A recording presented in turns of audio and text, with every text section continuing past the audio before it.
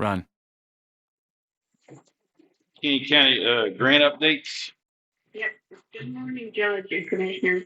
Morning, Ms. Westbrook. Stonegarden for the months of November and December, the amount that was submitted for those 2 months was $54,236.31. I don't believe that payment has came in yet. Say that amount again, Stonegarden. I'm sorry, yeah, $54,236.31. Okay. School resource officer for the month of December only was $2,833. And the amount submitted for Operation Lone Star, get my mouse moving here a little bit closer. The amount submitted for Operation Stonegarden. Now, this was for housing, transportation from September through November only, for equipment, medical equipment, and other equipment, and personnel for the month of November and December. The majority of that is housing and transportation. The amount that was entered was $644,639.62. That has been entered and submitted. I don't know if that has not yet been received. We do have to have the general ledger, the inventory, and other policies uploaded before we can get that payment.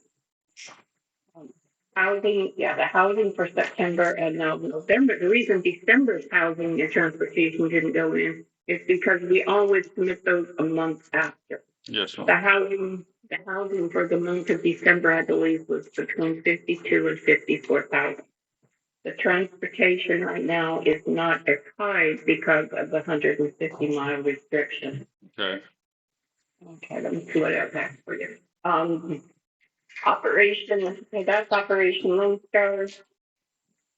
The grant, I had submitted the school resource officer grant for next year. I submitted it for 2 deputies, again, to be at the school.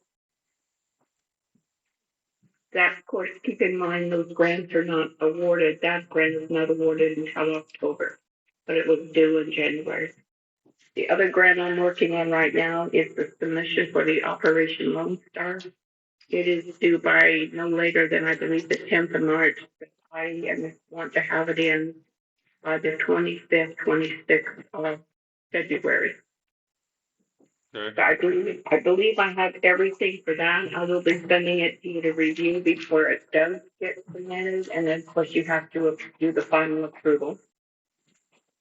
Pending, there is a grant that was submitted last January for Homeland Security Electric Program, and that is for the tower. That is still pending.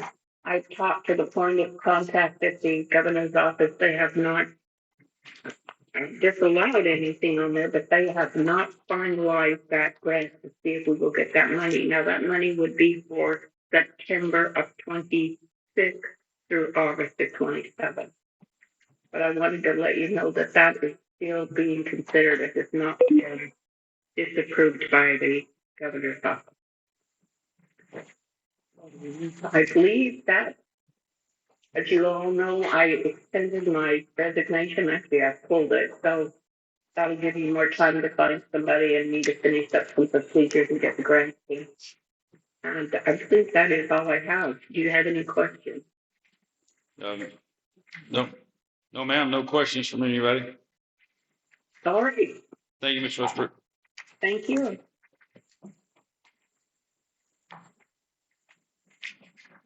Indigent Health. It's attached there for you. For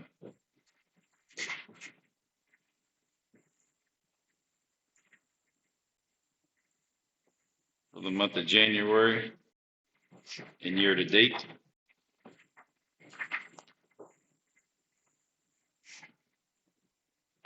And then there's a report from monies received in my office for the month of January for community center contracts, the certificate of compliance, and the OSSF TCEQ permits.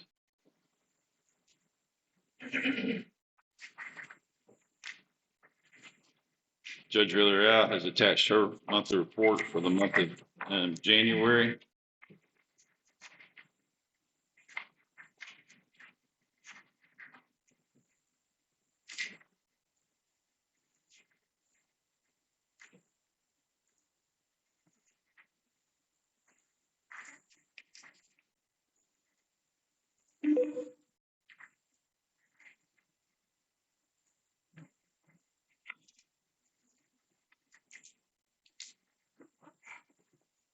Library, no report today. Road and Bridge has attached their monthly report for January.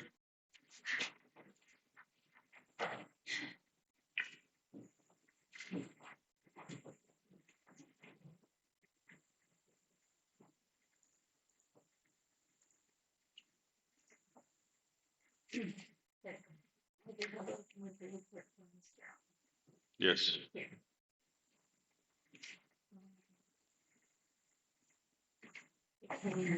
Yeah. We'll just attach it.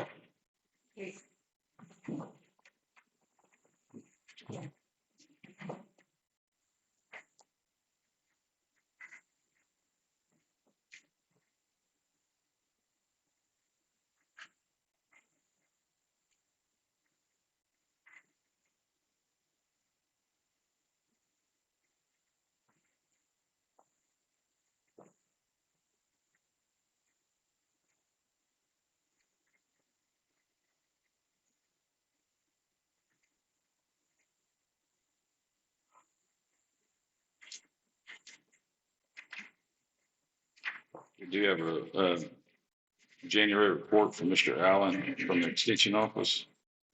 We'll get it attached to the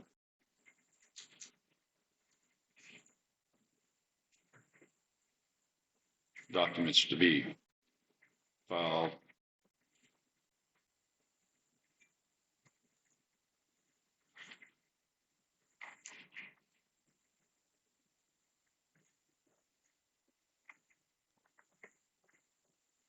It'll be San Angelo Livestock Show's currently going on. Then he'll be at the San Antonio Stock Show and the 13th through the 27th at the end of the month and so forth. But that's his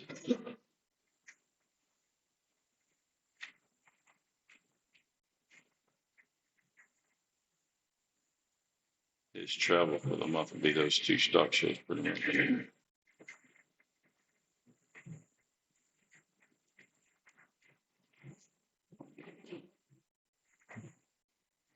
Sheriff Code.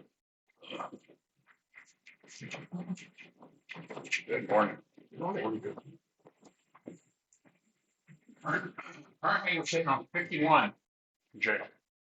21 of which are being paid for by OLS. But the rest is on us. Everything we have in jail, there's only 7 that are facing local charges. We're attempting, I sent the stats to the county attorney. The county attorney's drafting a letter. We're going to try to get some additional funding out of Operation Stonegarden to help pay for some of this. The worst thing they can tell us on this whole thing is no. So we're figuring it's worth a shot. We're going to throw the letter their way hopefully this week. See what kind of condition it's back. Currently working hard on the next rotation of Operation Lone Star. See what we need. We're going to try to get a couple of new vehicles. Everything's starting to crater on us. They're 5 years old. They've got some really hard miles on them. There's a tie rod, there's a drive shaft, everything else in between. They're just tired, ready to be put out to pasture. Other than that, that's really all I got. Any questions? Comments? Anything on the air conditioning?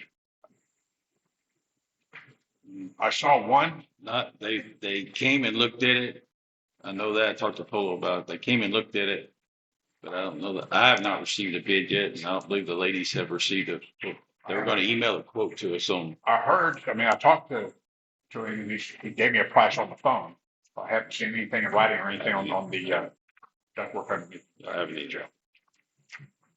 Okay. Oh, I knew I had something else.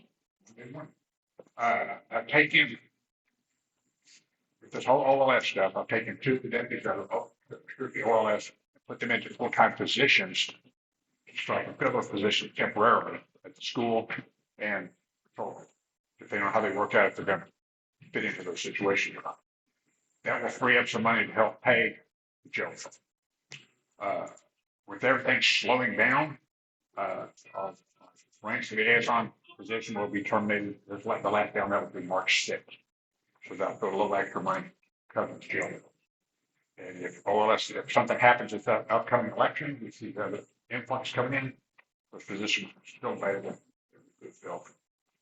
Just in case. I've got a stinking feeling that with this midterm election, we're going to see a bit of a push. Not like we had, but I think there's going to be a push. Depending on what happens. Thank you.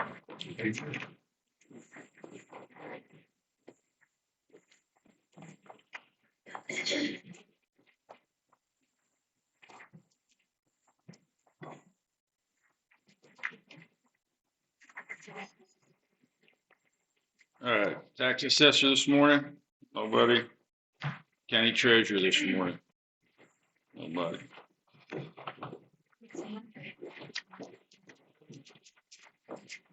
All right, we're getting at item number 4. Deliberate and consider action on the following items. Open and review and acknowledge the sealed bids received for the Petersen Building. Bids will be reviewed by the engineer and architect to determine qualifications, completeness, and bonding. Awards of bids to be determined upon completion and review process. Date to be determined. So this morning, the bids that were received for the Petersen Building, we'll recognize them, is, I'm just going to say who it is.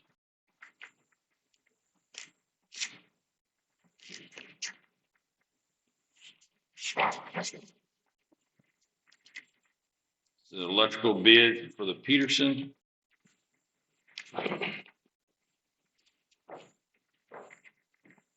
Submitted by Quijano Electrical Services Plus for the electrical.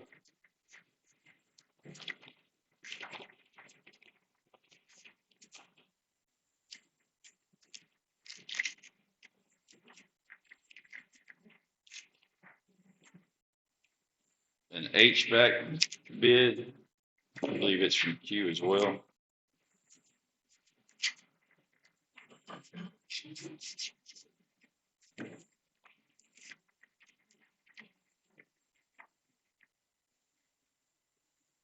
Yes, it's a HVAC proposal submitted by Quijano Electrical Services Plus as well.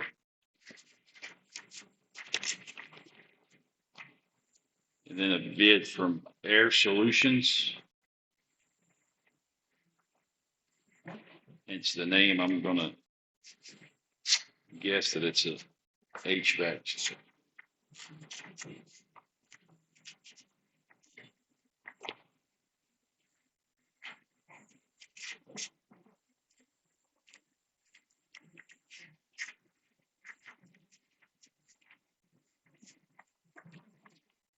Air Solutions, cooling, heating, and electrical out of Del Rio.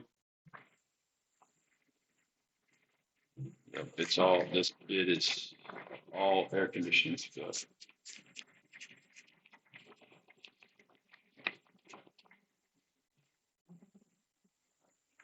Another one from Air Solutions.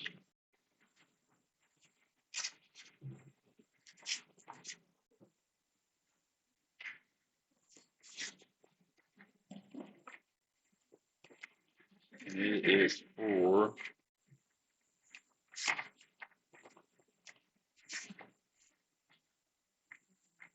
electrical work, scope and installation of electrical commercial services and electrical installation. And this is Air Solutions, cooling, heating, and electrical. And that's all that we have at this time. So no plumbing bids, no fire suppression. Those were the other two that were. But like I said, we'll just acknowledging that we got these this morning. we'll turn them over to the engineer and architect to review them. I know Mr. Garg has reached out to me via email over the weekend about some issues and concerns. Apparently, there's some people that were questioning some things in the proposals that were written up. So we'll address those and see if we want to reject all these bids, accept these bids and whatnot, reopen the bidding process and go from there. But we'll turn these over to the engineer and architect. Or just this morning, we're just recognizing those are the 4 bids we received for the advertisement that we put out.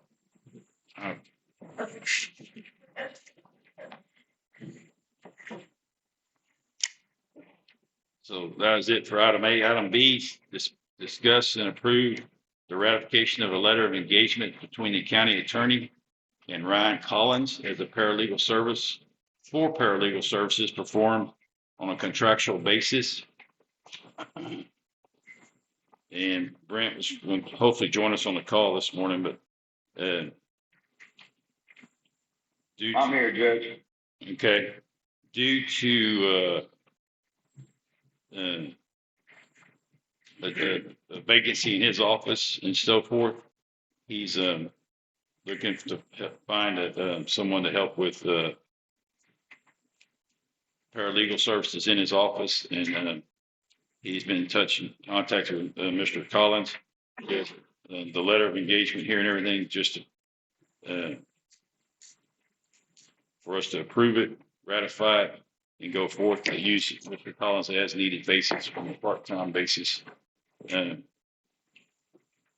this, his salary be OLS funded, correct, Brent? Yeah, Judge, I believe so. Okay. It's going to be a contractual basis. Okay. And then invoices once a month. Any questions of item B this morning? Two electrical, 2 HVAC. I'll entertain a motion to approve the letter of engagement between the county attorney's office and Ryan Collins. So moved by Commissioner Dotson. Second by Commissioner Montalvo. Any further discussion? All those in favor say aye. Aye. Motion carried unanimously.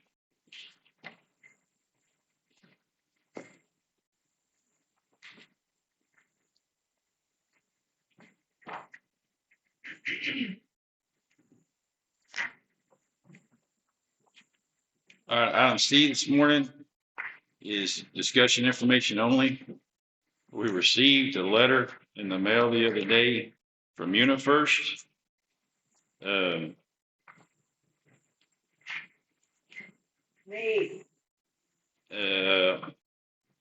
It just says that they thank us for our continuance partnership and so forth.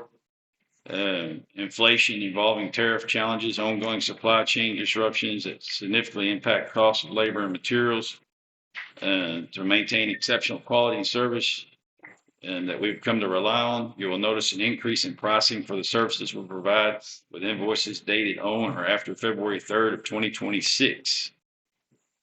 It's like, oh, okay. They're saying the decision was made after careful evaluation of all options to ensure fairness while maintaining our high standard of service. Our commitment to quality, reliability, and value you expect from Unifirst have remained at the forefront throughout the process. This adjustment allows us to keep investing in the resources and infrastructures and directly benefit your business. We understand you have choices and so forth.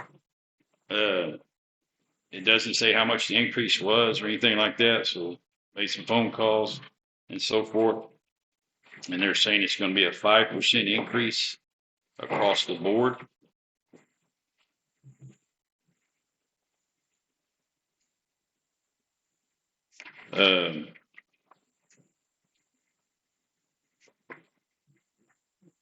So just kind of inform you that we do have a meeting scheduled with them Thursday.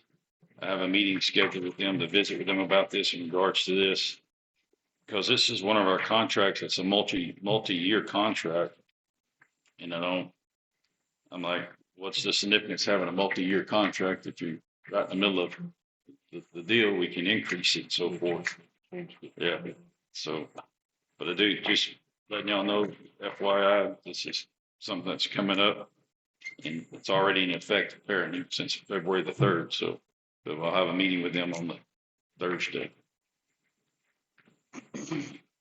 Judge, do you know what time that meeting is Thursday? Oh, Brent. Or just Yeah, let me it's on know. my calendar. Yeah, it's on my calendar on my desk. I can tell you. Okay. Okay. Becky's saying 3:00, Brent. Okay. All right. Item D, discuss and approve grant number 3045111, Operation Lone Star, Operation Stonegarden for fiscal year 2027, and authorize the county judge to sign the resolution. This is what we would do. It's an annual deal that we do. Is the resolution. Kinney County Commissioners Court finds it in the best interest of the citizens of Kinney County that Stonegarden Grant number 3045111 be operated for the period of March 1, 2026 through February 28, 2027. Whereas the Kinney County Commissioners Court understands there is no matching fund requirement for the said project grant. Whereas Kinney County agrees that in the event of loss or misuse of Stonegarden funds, Kinney County ensures the funds will be returned to Operation Stonegarden in full. And whereas the Kinney County Commissioners Court designates John Paul Schuster as the grantee's authorized official and the county auditor as the financial officer. The authorized official is given the power to apply for, accept, reject, or alter or terminate the grant on behalf of Kinney County. And now for be it resolved that Kinney County Commissioner Court approves the submission of the application for Operation Stonegarden Grant. That's our resolution. I'll entertain a motion. Ms. Westbrook, are you on the call still? Yes, I am. Okay. Does anybody Yeah. have any questions regarding the item D this morning?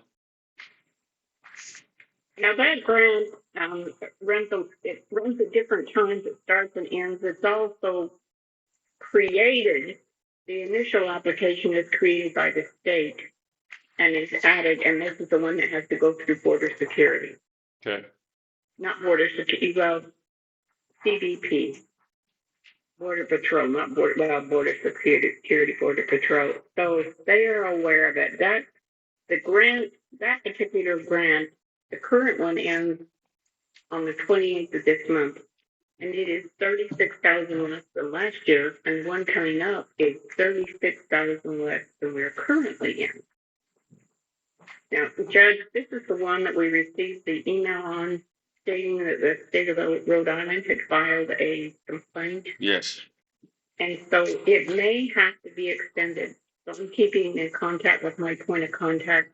And if we extend it, it can be extended as late as the end of next week or the week after. But I'm watching that real close to find out what's going on with that.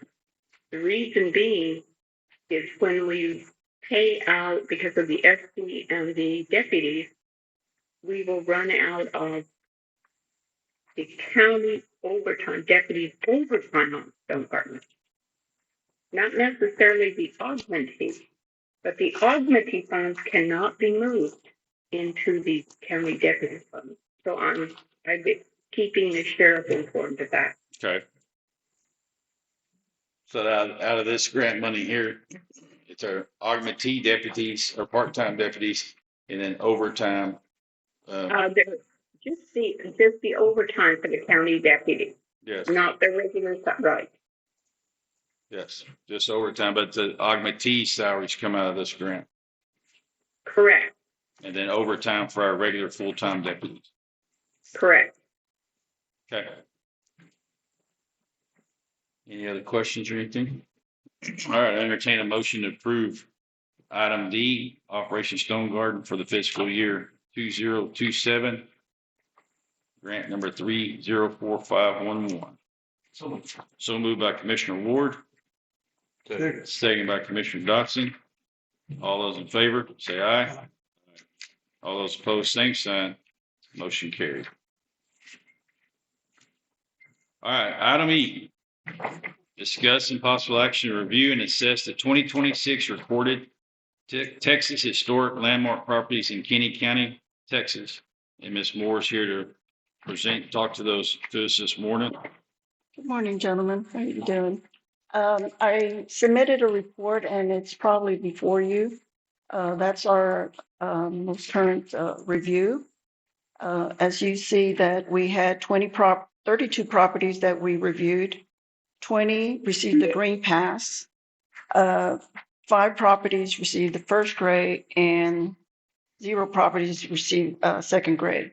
There were 7 properties that did not pass, so those particular properties will not receive an exemption on their property taxes.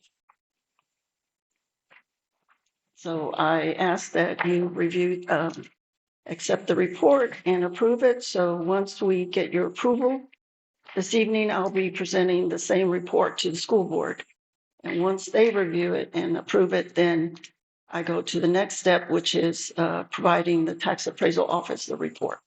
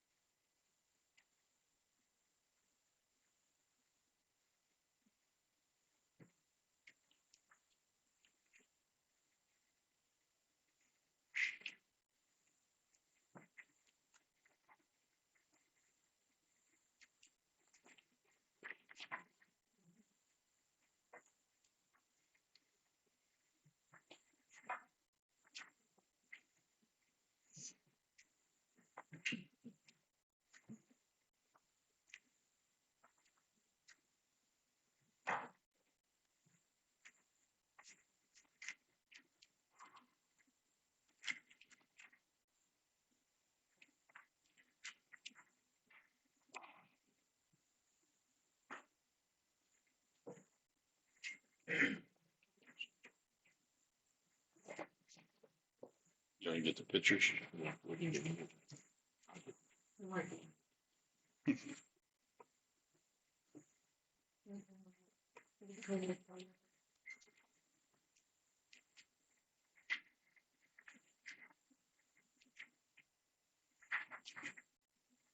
Are there any questions?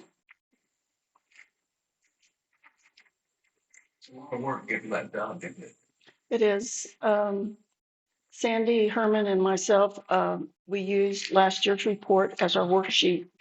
And we went out initially, and she took pictures of things that were discrepancies. And then we provided all that information to Daryl Borton, who is one of our members, and his group. They did the actual review and rating. So it was a team effort. But yeah, it takes time, but that's part of our duty as a volunteer. Thank you for that. 32. Mhm. Yeah. And in fact, we have 2 pending applications for historical markers, one at the fort. And Mr. Coates has one over in his area. I'm not sure what the branch, the highway is. And Mrs. Anaya just reached out to me that she's looking into applying for one for her property here in town, the Stagecoach building on El Paso. Yeah, she went to go make a copy of the printout deal, because it didn't get attached in Pat's printout. But she went to go make a copy of that right quick. So we'll just skip taking action on that one right now. We'll come back to it. Okay. But they can have the whole thing. Look. Can I just share a couple of things with you? Some time ago, Commissioner Ward reached out to me about the centennial marker that I think at one time was here in Kinney County. And you can see one in Del Rio as you go into town on by the creek. It's on the left side across from the golf course. Anyway, I reached out to our local TxDOT office here, and they indicated that they were removed some years ago.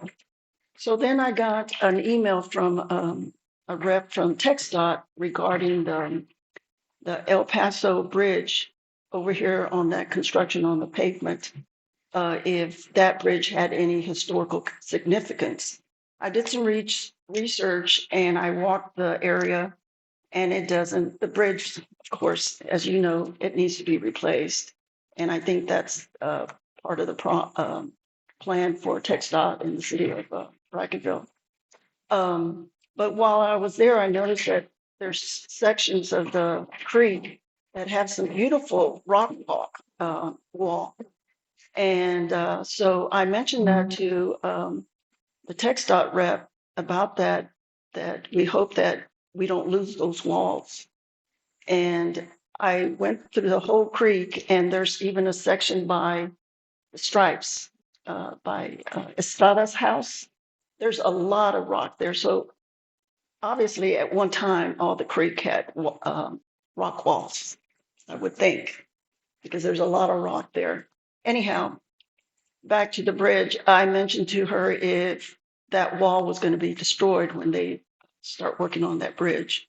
She spoke to the engineers, and no, it's not going to be impacted at all. While I had her contact, I asked her if they could put signage along the creek there at El Paso, and also on Spring Street, and also on the Highway 90, because we don't have Las Morris Creek signage in either of those points. So they're looking into that. So I got a good contact now. So hopefully we can get that centennial marker and those signs put up. Okay, so I'll take a seat and let y'all. Thank you so much. Thank you.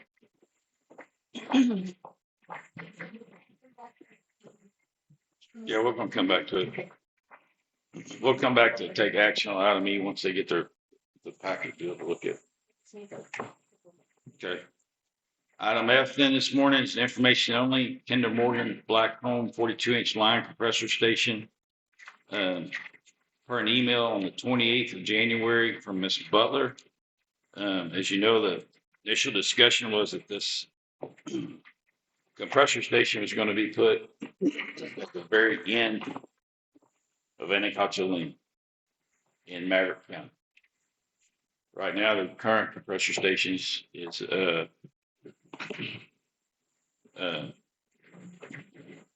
Kinder Morgan. It's a Kinder Morgan, not this one. This is Black Home 42-inch line.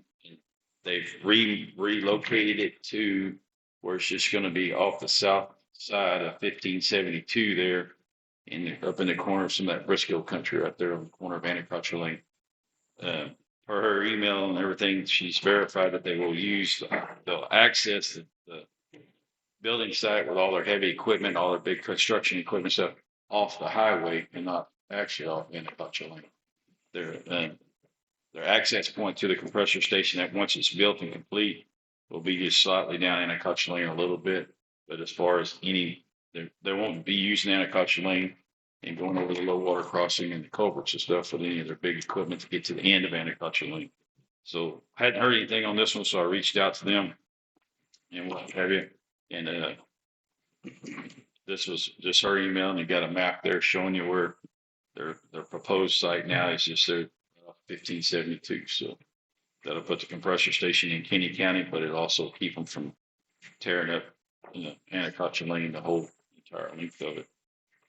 All right, so that was just information only there. Item G, discuss and approve ACT Reporting and Tracking Services, ARTS, Renewal Confirmation Program Agreement, and authorize the county judge to sign the agreement. Texas Association of Counties Self-Employed Benefits Pool has begun the renewal process for those counties and districts participating in Affordable Care Act reporting and tracking services, ARTS. Renewal will enable your entity to produce the forms required by our IRS Section 6055 and 6056 for calendar year 2026. Assuming this reporting continues to be a requirement, reporting will consist of the Form 1095C in electronic format, which will be made available to employees and filed with the IRS, plus transmissional Form 1094C filed with the IRS.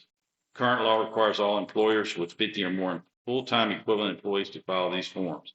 ARTS will provide measurement period of tracking for 2026 and beyond to determine whether an employee must be offered health coverage, as well as affordability testing for groups that require employee contributions for the cost of their own health care coverage.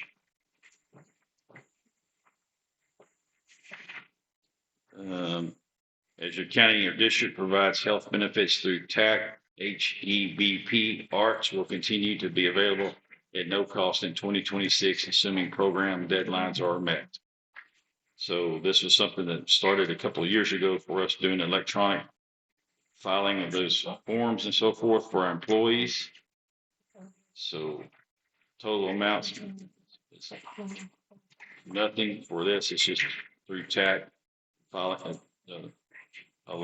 being able to send those forms electronically to the employees. No cost. It's just one of their services they're provided. They just need to be approved and on file. And then employees can receive their IRS items electronically. Entertain a motion to approve item G. So moved by Commissioner Matavo. Second by Commissioner Ward. Any further discussion on item G? All those in favor say aye. Aye. All those opposed, same sign. Motion carried. We'll get this turned in.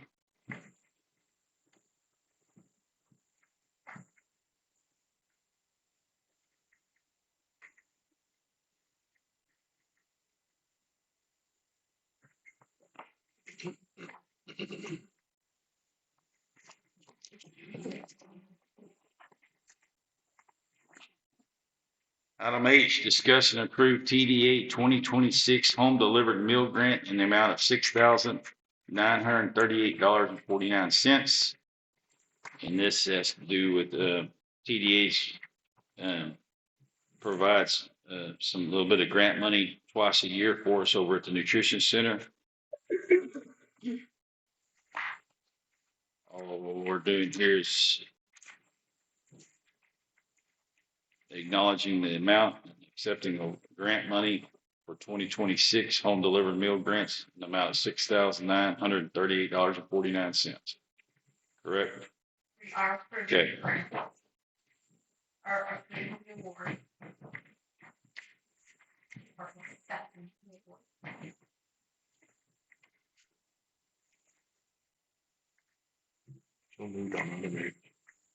Okay. Motion made by Commissioner Dotson, second made by Commissioner Ward. The funds can be used, just as you know, the funds can be, the expense categories can be used in personnel, food and meals, equipment, building occupancy, transportation, office supplies and services. And so that'll be the areas that the funds can be used in. In budgeting this year, we can talk about that on I.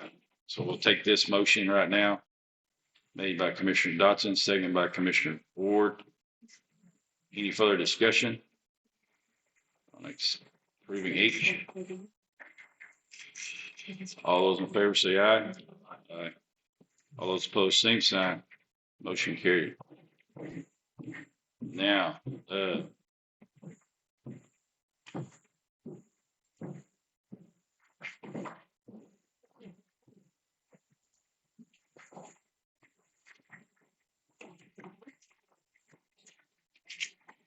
item I this morning deals with the grant money, the $1,600. Discuss and approve or disapprove to allocate 2026 TDA home delivered meal grant funds under personnel expenditures in the supply category. I'll turn that one over to you. Okay. Well, Step up to the, I'm sorry. so some. Okay. So I was under the impression that once we accepted the award, then I could go ahead and utilize that under the expenditures that I'm requesting. Apparently from Ms. Jones's emails, she's stating that that money has already been allocated in our last budget. So there's no money there. We can't use it. So I'm kind of lost as what to do with this money since, I mean, here we are today accepting the award. So I start utilizing that money February through January 2027. But from what it looks like, that money has already been spent when we're just now receiving it. So I'm kind of confused on where we go from here. So please enlighten me because I don't know what to do. Cheryl, are you on the call? My, my understanding is that we estimated it to be $5,000 in your budget and a revenue when we did our budget workshops. So that $5,000 then was used to offset your expenses in your already assumed in your expenses in revenue. We offset the revenue with expenses in your proposed budget. Therefore, that money has been allocated throughout your goods and supplies or transportation or whatever. So they've already accounted for this money in your current budget in those other categories, is what I understand. So by not allocating it directly for, or naming for, or knowing what the exact amount will be, that's where we just did it as an estimate of $5,000 because it's usually around 5,000 this year. It just happened to be 6,900. It was considered as a revenue. It was recognized as a revenue in your budget, but it is already used to balance part of your budget and expenses as a revenue.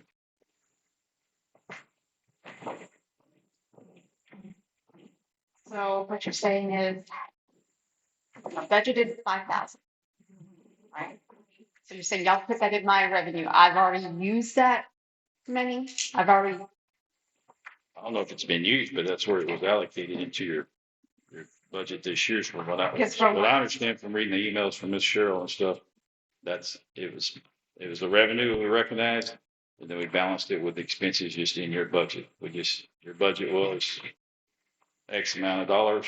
We used $5,000 to make that budget balance. So in theory, it's already been considered used. It's not just an additional So fund that we what received. happens to this award? It goes into, you allocate And it. so now how am I supposed to report that to TDA that, hey, this money was used in 2025? It's not gonna coincide with my records and last year's records. I mean, I have to show that I'm gonna spend this money for 2026. Missy, then what's our period of performance? What's our period of performance? It's February through June. So February.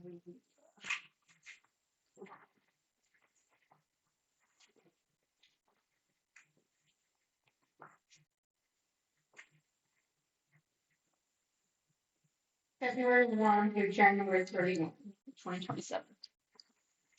So that would create an issue with PDA.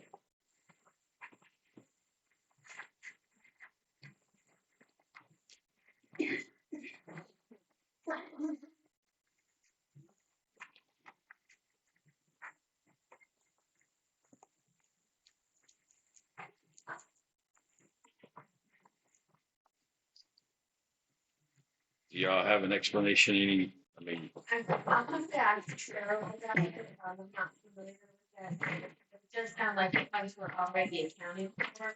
I don't know if the issue is a separate fund number for them. I'll have to ask Cheryl. I haven't really gotten into doing it yet.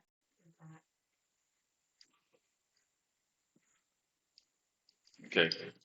I say we table it till next meeting.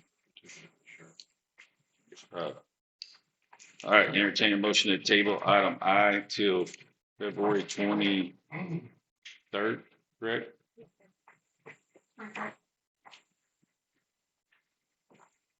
Thank you. Thanks, ma'am. Item J is an update and review and discuss from Ann Whitco on the flood mitigation evaluation. FME submitted to the Lower Grand Flood Planning. Turn that over to you. Good morning. Morning. I guess so. How's everybody today? Good. Good. Miss Whitco, if you'll remember, is the engineer that works with Region 15, Lower Rio Grande Valley Flood Planning Group. And so we just sent her an email and asked for an update. And she let us know that our FME, if you remember, we sent that into them to try to get it into their flood plan that gets submitted to the state. Our FME has made it onto the list that hopefully will be funded by the Texas Water Development Board. There's one more round that they're looking at right now and evaluating, and those are due March the 26th. And so if everything stays like it is, they were, trying to get the planning group to approve how they identified rural communities, rural areas, rural places that they were looking at plans for. They did approve that at their meeting they had on Tuesday or Wednesday of last week. And unless somebody had questions on it that they had sent in, but I don't think anybody did as I was listening to the meeting. But so where we are with that is just that it is on the list. We hope that it stays on the list for whenever the March 26th round comes up, so that we can get our evaluation, our flood mitigation evaluation done on Lost Morris Creek, and it'll be funded by the Texas Water Development Board. Fingers crossed. So Any questions or anything of that one? that was clear as mud, wasn't it? Well, the bit just there is that they did accept our Yes, FME, yes. added it to their list Mhm. of funding requests for projects. Right.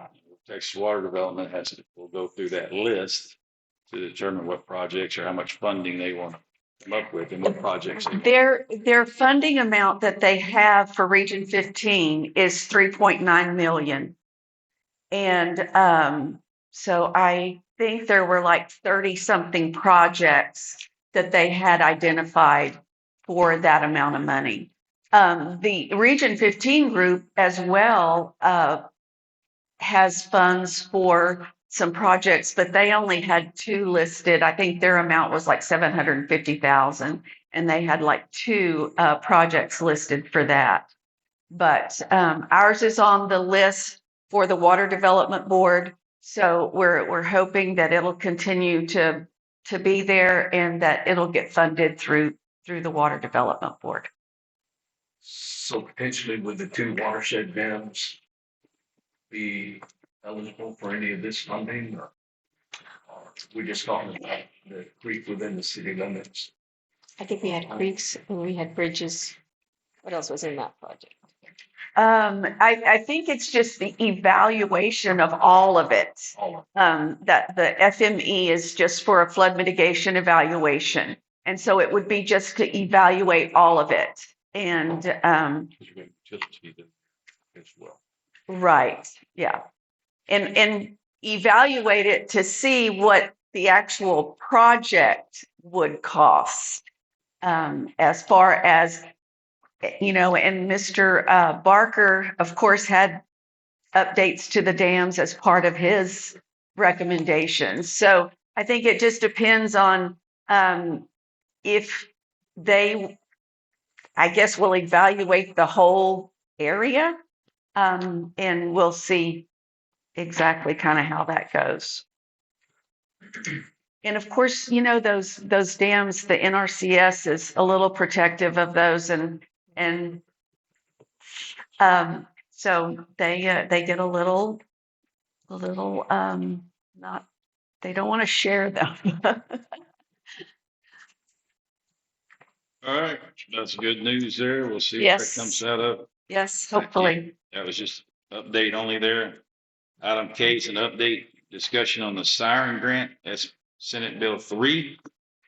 As you know, the floods that occurred in Kerrville in July, legislature came back and recognized 30 counties in their mandate of SB 3, the mandate of the 30 counties. Kinney County was one of them. They set aside $50 million to be used for flood siren warning systems and so forth. And it is a mandate. So it's a rare mandate that is somewhat funded by the state. Yeah, they usually mandate it and don't give you any funding. So this time, at least there's a little funding. So the ladies have attended a couple of workshop or Zoom meetings and so forth. I've been in one. We also had just a little community roundtable the other day with the judge from Edwards County, Riall County, and Uvalde County to talk because those counties are in it. The southernmost county that's in it's Maverick County, and then it comes up through Kinney County and stuff, grabs Uvalde, and then it kind of makes a big flag kind of back over towards Kerrville, Bandera County, and those counties over there and stuff. And then there's one flyer, it's Pecos County. It's one of the 30 counties. So, but of all this going on, Texas Water Development Board was blessed to oversee the project and the mandate of SB 3 and so forth. So basically, there's $1 million eligible for Kinney County to be used to install flood siren warning system. And part of the mandate of the bill is it has to have a monitoring devices for the flood gauges and so forth. So Texas Water Development Board has a team. They're currently working to submit information to their March meeting to identify the areas where flood sirens could be put in and used and so forth. So we're waiting to just kind of see what comes from that. Our educated guess here would be that it's going to be the city of Bracketville and Fort Clark Springs and so forth. And we currently have the sirens in place right now and stuff. Possibly update those sirens would be part of our deal. But then the monitoring, where to put in the gauges and so forth would be our next step. And they're like, well, you know, like where a bridge goes over it and so forth like that. Well, we don't have any bridges that really cross anything. The tributary of Lost Morris Creek all the way up through the north end, you know, past Alamo Village, there's all that's low water crossings and stuff. So part of our discussion was, well, we could put a gate, maybe put gauges on the concrete structures at the dams and so forth. So that we know as the water's coming up and those being captured and held and stuff, we know where that water level is. The stipulations of the proposal right now is the sirens have to have two sources of electricity, and the flood gauge monitoring systems have to have two sources of communication and two sources of electricity, forms of electricity. So, and there's some places I get to thinking about some of these other counties where they, you know, our watershed, most of it from the west prong is going to go eastward back towards the Nueces and shed that way. And then we got the line that kind of breaks our drainage this way westward to the Rio Grande. I'm thinking, well, like for Uvalde County to know that the Nueces, our west prong is coming down big, you know, for them to have a monitoring gauge over in our county somewhere, but that water really wouldn't affect our residents here and stuff. So there's like I say, it's early on, but it is a mandate. We're looking into it. We've been attending those meetings, those webinars and so forth, and wait to see where, you know, where they say where they're recommending that the sirens be used. They have a decibel reading that they can't exceed 130 decibels And then it has to have a range of so far and so forth like that. And then the monitoring stations. It's got a little bit of technicalities to it that we'd have to work through and stuff. But we've done the paperwork. I've signed the letter saying, yeah, we've acknowledged that we're part of one of these recognized counties and so forth. We're working on that. So they have put out, the Water Development Board had consultants that helped them put out a plan that is like 180 something pages. And and in that plan, there are requirements and there are recommendations. So the requirements we have to do. And it is like Judge Schuster said, this is a mandate. It's not if you want to. And they are giving us funds to get it done. So it's a big plus, I think. But But while the funds have been allocated for Kinney County to $1 million, we do have to go through the application process, and there is a plan that's due December of 2026. So all of that has to be complete. We can request 250,000 upfront, mainly for engineering and things like that. But when we had a meeting with Judge Rubio and the other judges around the region, we were talking about perhaps collaborating with some of the counties. We're not quite sure if we're ready to do that or not, because their needs are very different than ours. Our RFQs would look way different. way different than theirs. So that's where we're at. And then, We do have to create a plan for our county. That's part of it. That's one of the requirements. So in the next few months, we will definitely be working on trying to get all that together. I don't know, and there's so much unknown still about this. Could we pay for someone to write the plan? I don't know if the funds can be used for that. And I don't know that they know. Exactly. Because Yeah. thrown on them, and they have to kind of push it. And as soon as possible. they're really trying, Water Yeah. Development Board is really trying to get it all together in, real quick. But we even thought about a committee, a local committee, and involve the city of Brackenville, Fort Clark Springs, and things like that before we develop this plan. Right. and it's not to do any flood control work or drainage or anything. This is simply just to put in a warning system and then have it where you're going to monitor the gauges to activate the system. And it is called a flood Yes. warning system. Because that was part of my question was like, could it be a severe weather situation where like we could use this siren and like we do now, let's have a sequence of sirens. Hey, it's a tornado warning or it's a flood warning or severe weather warning deal like we do with our siren system when we do activate it, and stuff. But then it's the long term.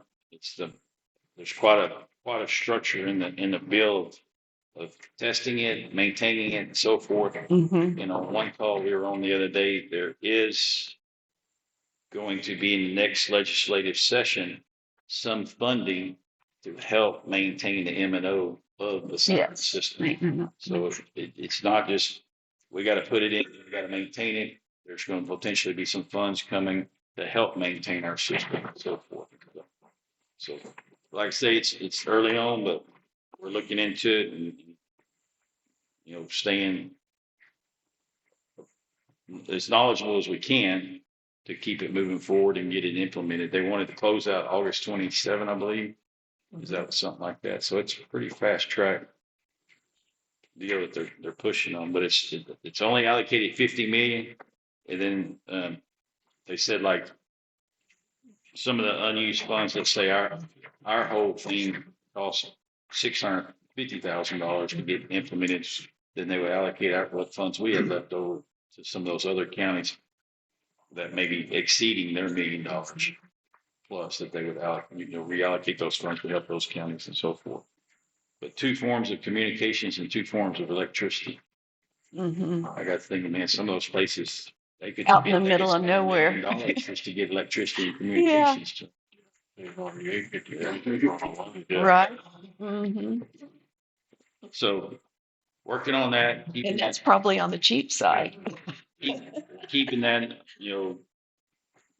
on the table, working as we go through this, working on things and so forth. Any other questions on that one? Then, item I is disapprove a resolution for application submittal for the Middle Rio Grande Solid Grant, Solid waste. Solid Waste Grant 2026-27 through Kinney County that would include all communities. Kinney County would collaborate with the city of Brackenville to coordinate the project included in the application. Young visit a little bit on that one. Sure, I think the Little River Grande has 58,000 for all 9 counties. What are we? What is it? No. 8. Oh, yeah, because we lost Edwards County. And that's over a 2-year period. So in talking to the city administrator, she would like to go ahead and do another round of tire collection. So we want to be able to open it up to the entire county, include the city of Spofford and everyone who doesn't get to bring tires in because they don't live within the city limits. And so we will be applying for that with your permission.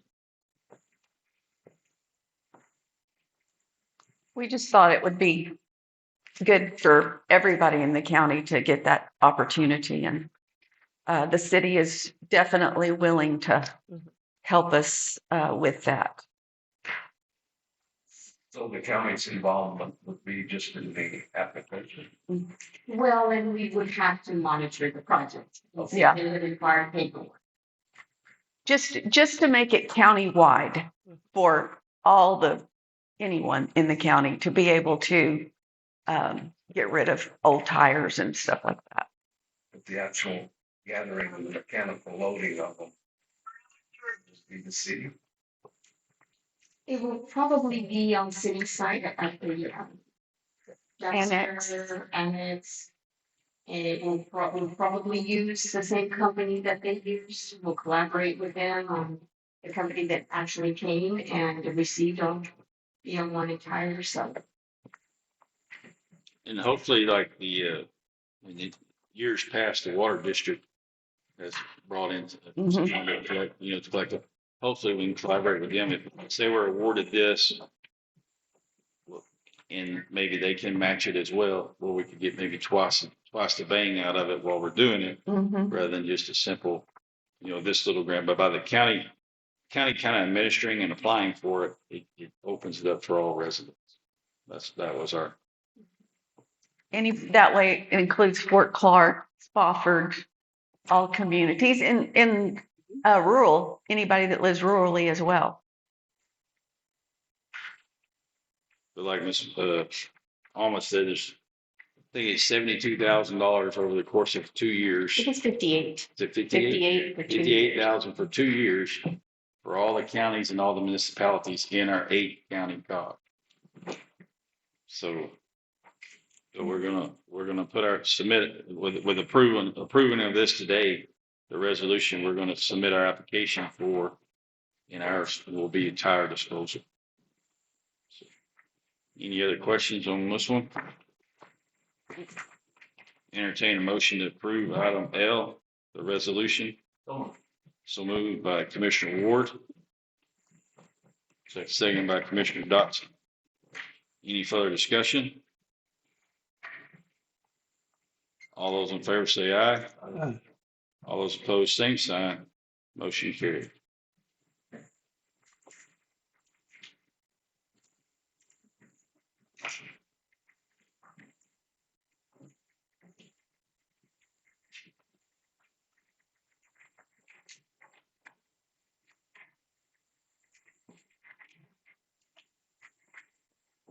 All right.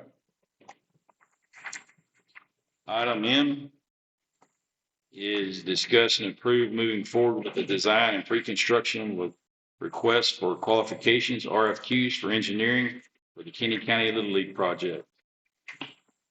We are ready. We're ready to move forward with the Little League projects, though. The baseball park. So this would be our first time to go out for RFPs and get an engineer on board.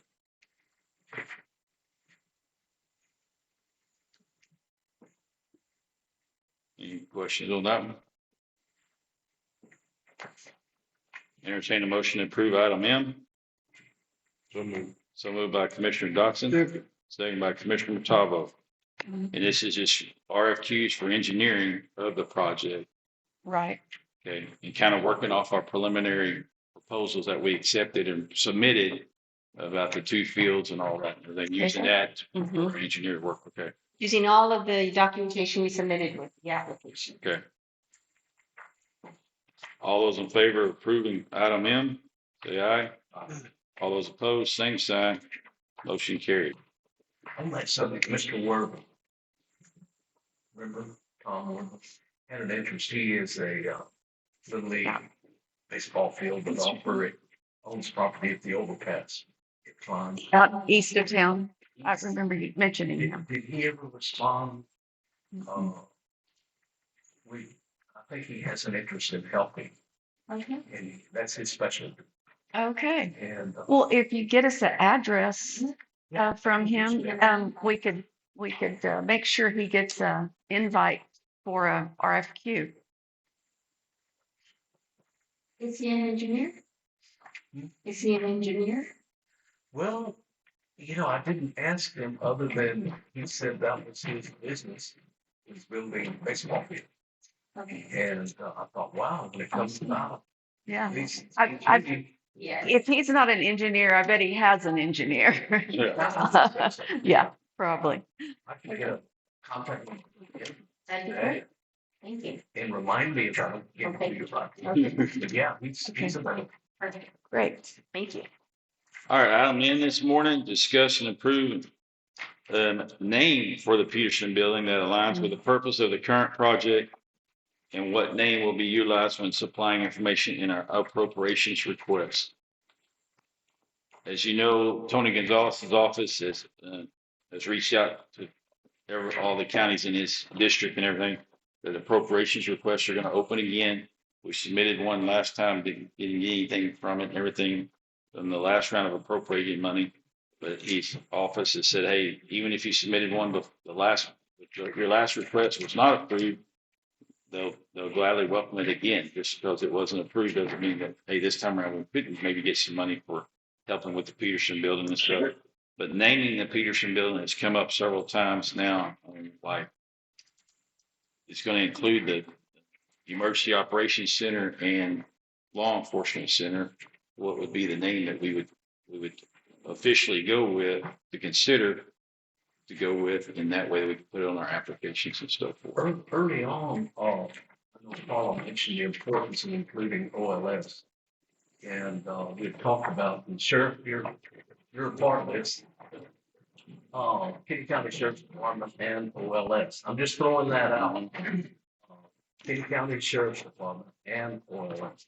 Now, tweak it or whatever. What about emergency operations center? Well, and there is a, just to go a step further, there is an area on the signage where if you look at the front of the building up in the concrete area with the arrow on each end, which you saw many times when you worked there. Yeah. But the faded black background is still there.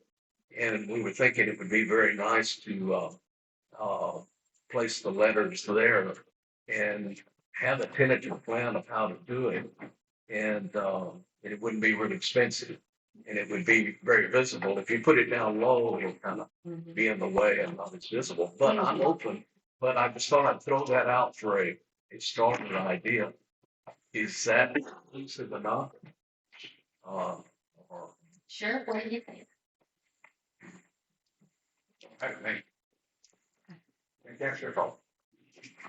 there's plenty of room, and what there is, there's a recess in the ceiling at the upper level, and it's about 18 inches. And it would be, lend itself to the placement of support for the letters. And again, just to get the discussion going, that was what we had thought about. And Carla had emphasized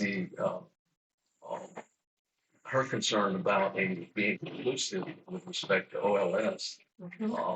And so, Certainly open it up for ideas. Something along the line of like Kinney County EOC and OLS, Law Enforcement Center. but she said we needed OLS. Judge? Yes, ma'am.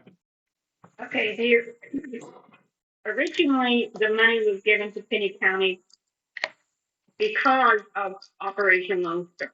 So the whole purpose was to expand room to place additional OLS personnel into a facility because we don't have space in the county. So OLS paid a large amount of the money towards that building. However, OLS after the next year, possibly two, it may very well stay down and be done away with because of the current situation with the border being closed, which is great. I recommend it could even be Kinney County Justice Center because you do have I like that. emergency management in there. You also have law enforcement. You have the dispatch in there, but it could be Kinney County Justice or OLS Justice. At first, I really believed we needed to have OLS attached to that name. Mr. Ward is right. Do we have to use operation? Can we just say Lone Star? No, well, you can call it Kinney County Lone Star, but then you get into such a long name, Kinney County Lone Star Justice Center, but in a way, it is the Justice Center because you've got the bonds in there, you've got the deputies, you've got law enforcement, you've got the dispatch. I mean, that's just an idea, but maybe that people should, in the county or people working for the county that are aware of this submit names and look at all the names that they select. I like I justice. don't believe it I should like be that. just the sheriff's office Justice. because it includes other things. But Justice Center, that might very well be. It's just an idea. So it is a large portion of that was paid for by OLS, and the purpose of that was to put OLS people in there. Keep in mind, we had 33 OLS personnel, and now we have 25. So that is fading down. I don't know any longer if we absolutely have to put OLS on there. I know what Mr. Ward is saying because I was very adamant that being included in there. Of course, I'm not in charge of moving the building either, but. The sheriff has a good recommendation, whatever we name it, but then on the side, just have a plaque. Just funding. Yeah, Recognizing Operation Lone Star. even inside the building, just put something in there. Yes. Funds provided by Operation Lone Star. Yes. You could put something in there like that, but I think Justice Center because you got to, I don't know. It's an idea. We don't, Justice Center, the sheriff was saying is more of like a judicial, Well, and we don't have that. justice includes law enforcement. It's part of, I mean, it's just an idea. We could come up Right. with other terms. Right. And just I don't think you want such a long name that nobody can remember it anyway. And I understand that from, that you want something that people know what's in that building. And Judge, we don't have to make a decision today. Maybe you open it up and get ideas from the community, other members, but whatever the name is, a more inclusive name would help us when we're going out for grants. Mhm. A more inclusive, the title that tells you it's not just the sheriff's department, it's emergency operations, it could be DPS, it includes multiple agencies, and that might be more favorable. No, no, I don't think it's any longer going to include DPS or the other agencies like there was an intention at one time. If you say emergency services, they're going to think that the EMS is in there, that the fire department's in there. When you're saying emergency, keep that in mind too. Yes, ma'am. Maybe it should be Kinney County law enforcement. I don't know. And the limits. Would that be all? Yes, yes. Good ideas. Yeah. I don't Or see. maybe in between the two doors, there was a plaque right. Okay, so that plaque's there. Could we not recognize OLS on a plaque? I think so. I think adding it to the name makes it like way too Yeah. much. But if we could definitely identify OLS as part of the funding mechanism, then that would be something we could put on a plaque. Correct. And that Because makes hopefully, sense. And when you're saying OLS, I would spell that out because of a course, lot of people won't yes, understand what it is. yes. That's a good idea. But So for the top. That was next on the list, then put together. Kinney County Law Enforcement. Center, That's what I like. Kinney County Sheriff's Department. I like Kinney County Law Enforcement Center. Yeah. I mean, I like that too. center. On the top, and then special recognition in the form of it would look nice to have somewhat of a matching brass, Yes, plaque that's in the same location as the other one. Yeah.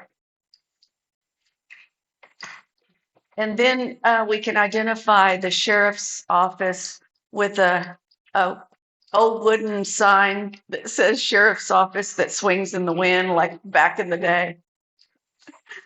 One thing is put law enforcement center. It kind of implies that you've got the police department, DPS, game work, all in that building, which you don't have Would there ever be a time where you might, during an emergency. Only then. yeah. Kinney County Sheriff's Department just put an Operation Stonegarden something. Sure. And that was That's good. fine. Yeah. I agree, Dennis. And Kinney County Sheriff's Department. I would put Kinney County law enforcement. Period. Just Kinney County law enforcement. Do we really need even center on there? Kinney County Sheriff's Office. Like if it's I would just put law enforcement. there's only one law enforcement. I don't know if they're thinking, was that the city or is that the warden, is that the? Because the game works work out of the house, DPS, these stations, they're really covered here. But I'm just thinking people. Does he work in, would does be he work, thinking that when it- will he work in that building when he's here to come? No. No, there. If you look at the floor plan, it's already been diagrammed as to who's going to be in what office. There's no room in there for DPS or Parks and Rec or Texas Park and Rec or anybody else. Originally, we thought that, but that's not going to be the case. Just you don't want to confuse people when they from not. No. Here coming in and going like, oh, look, here, DPS, game one. I don't know. And hopefully to that class, we can have everyone's on this. Right. So where do There's- We didn't, I think, you continue to entertain some ideas, I don't know. We just needed to Get the ball rolling on that Yes. so we get it can, on the agenda and get a discussion going. So for discussion. If you have it, so where people know what's in there and it's specific enough, but not, don't add other things to confuse them. I worked in a facility one time on Fort Carson, and it was a technology office, but it was called Information Center, and that was a nightmare because everybody that showed up on that installation would show up in your office wanting information. Yes. See that. So do we have the first three words? Kinney County. Kinney County Sure. Sheriff. What do we have? Kent County law enforcement. Kinney County. Sheriff. Oh. excuse me, may I say something? Because you're talking about signage, I don't know if any of y'all noticed the sign on the back that faces Stop and Shop. It's a vintage sign of the Peterson. Is there any way that can be preserved? Maybe repainted? I know that may cause confusion because you're gonna set the sheriff's office Need there. some lumber. For us, it's always going to be the Peterson. right? Yes, and I just think. Kinda it's so like the Civic important to Center. Preserve those signs. I recently had Mrs. Barrett donate her the Kinney County Wool and Wire. Uh-huh. We just installed it upstairs in the museum, and I'm collecting others. So again, once that Peterson name is off of there, it's people will never remember that. And coming from the museum, it's there, just highlighting that signage that's on that back wall. You all know what I'm talking about? Even if it said historical Petersen Building. Yeah, formerly known as, and then the lumberyard. Andy, why couldn't there be, on the interior of it, collect photographs with captions on them and place that in there to show what that building was when it was fully operational? I think that's the plan, isn't it, Tim? I think that's already in the works, Miss Carla. Okay, alrighty. And that makes a lot of sense because you don't want to lose the historic of what that building was. Definitely not. We do not. So how big is that sign that's on the back? It's pretty big. It's large. Yeah. I don't know if it would fit inside the building. I No, think it's no. too big for that. But not to paint it like huge bright, but just to kind of paint it where people can see that at one time it was the Peterson Building. There's an old clock in there that would be nice to get restored hanging inside that says. Yes. Getting it up there, getting it protected. The Peterson clock, the exterior clock, Mm-hmm. was a memorial to Niles Peterson, is gonna be hanging on the corner. And I don't know if you would want to put a signage under it. It's copper frame clock and probably 3 foot square at least. And it'd be possible to maybe a Peterson building under it and a thought that Or might, on top of it from where it hangs. Yeah. but Yeah. That would look good. it's real neat on the dial. It's got in memoriam to him. And Davis has made that available, and so it will be, of course, the corner's diagonal, and the thought was to put it on facing Ann Street, where the traffic coming through would be able to see it both ways. It does have a front and a back. Mm-hmm. As a possibility. So do we have Kinney County Sheriff at least? The letters are about 20 inches tall. It would take that size to be visible. The letter. Totally up to you all. Oh, Yes. but We just how wanted soon? to, how soon? Okay. We have a special meeting. Yeah, but that agenda's posted. Yeah. Yeah. Maybe next commissioners decide on the meeting.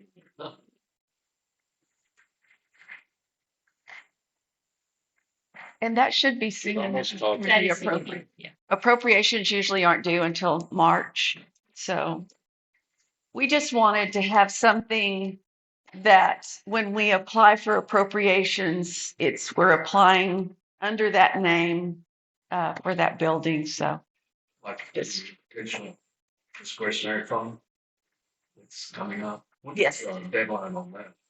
we don't know for sure yet, but it's usually in March. They give us 2 weeks, 2 weeks time to get that. Be nice to have a name at that time. Mhm. Yes, The first March meeting. March meeting would be great. And in previous years, they've had funds for emergency operations centers. And that's kind of where our thoughts was trying to get a name for it so that we can not necessarily use that, but we can apply with that wording as well. So Thank you.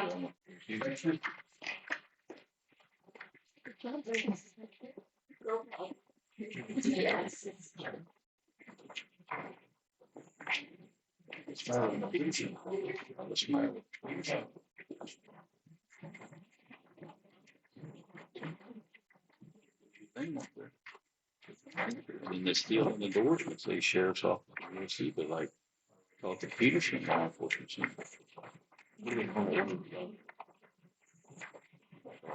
Big one up there, yeah. All right, so, Who said Peterson Law Enforcement Center? I did, I think that makes sense. If you've got the name of the building, you've got the law enforcement center on there. They're going to have names of the officers on the door anyway. I'm sure there'll be information published throughout the county as to where everything is located. That makes sense. Then you're honoring the building as well, and you keep that original name.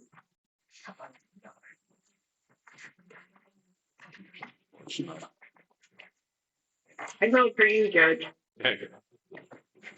All right, we're gonna,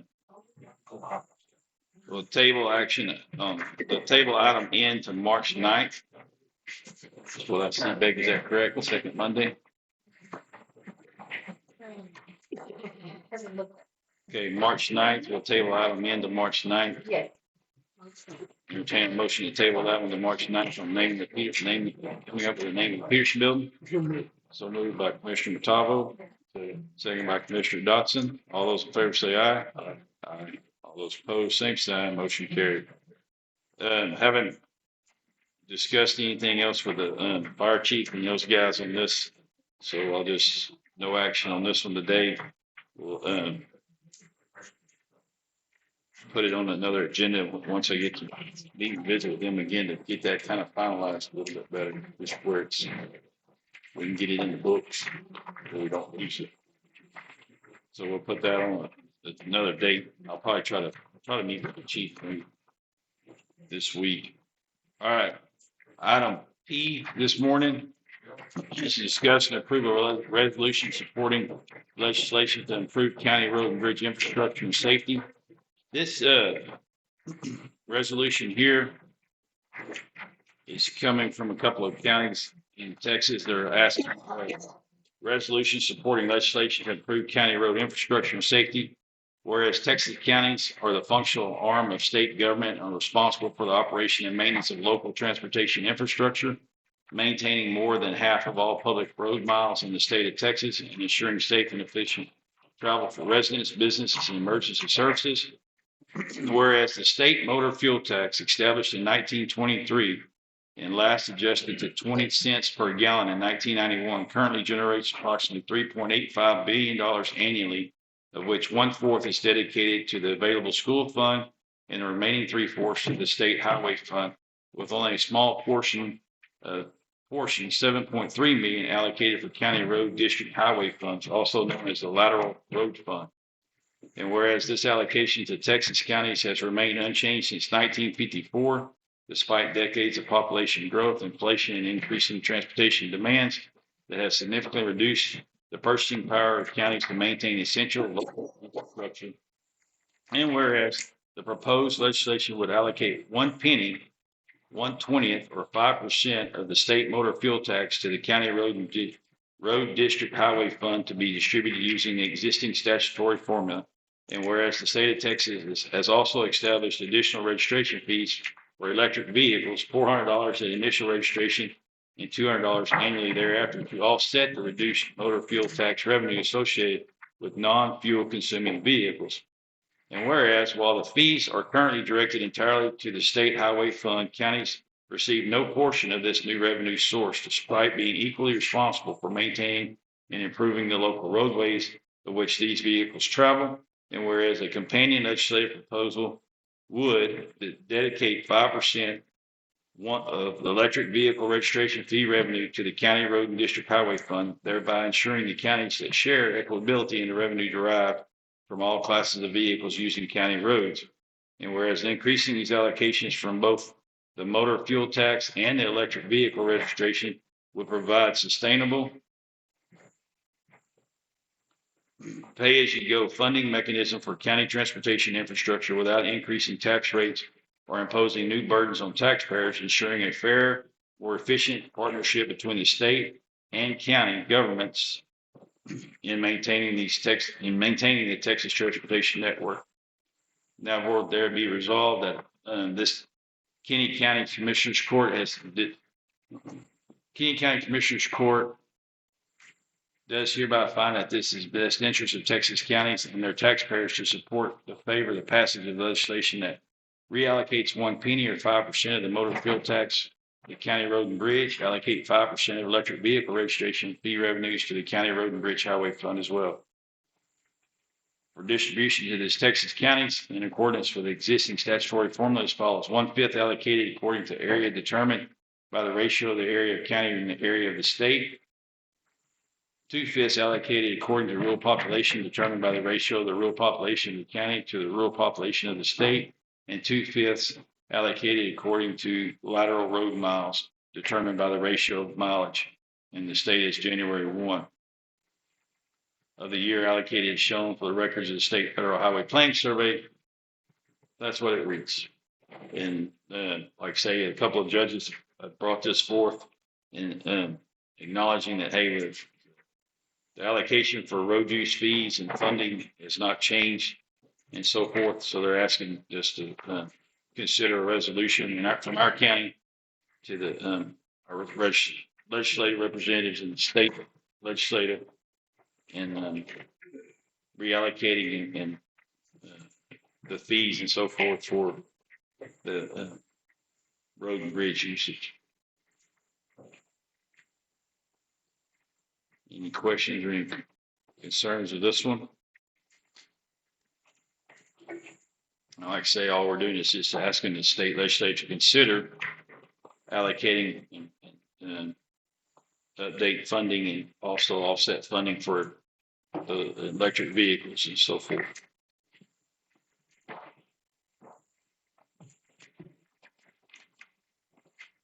Entertain a motion to approve that or disapprove it. All right, motion to approve by Commissioner Ward. Second by Commissioner Matava. Any further discussion on this one? All those in favor say aye. Aye. All those opposed, same sign. Motion carried. We'll get this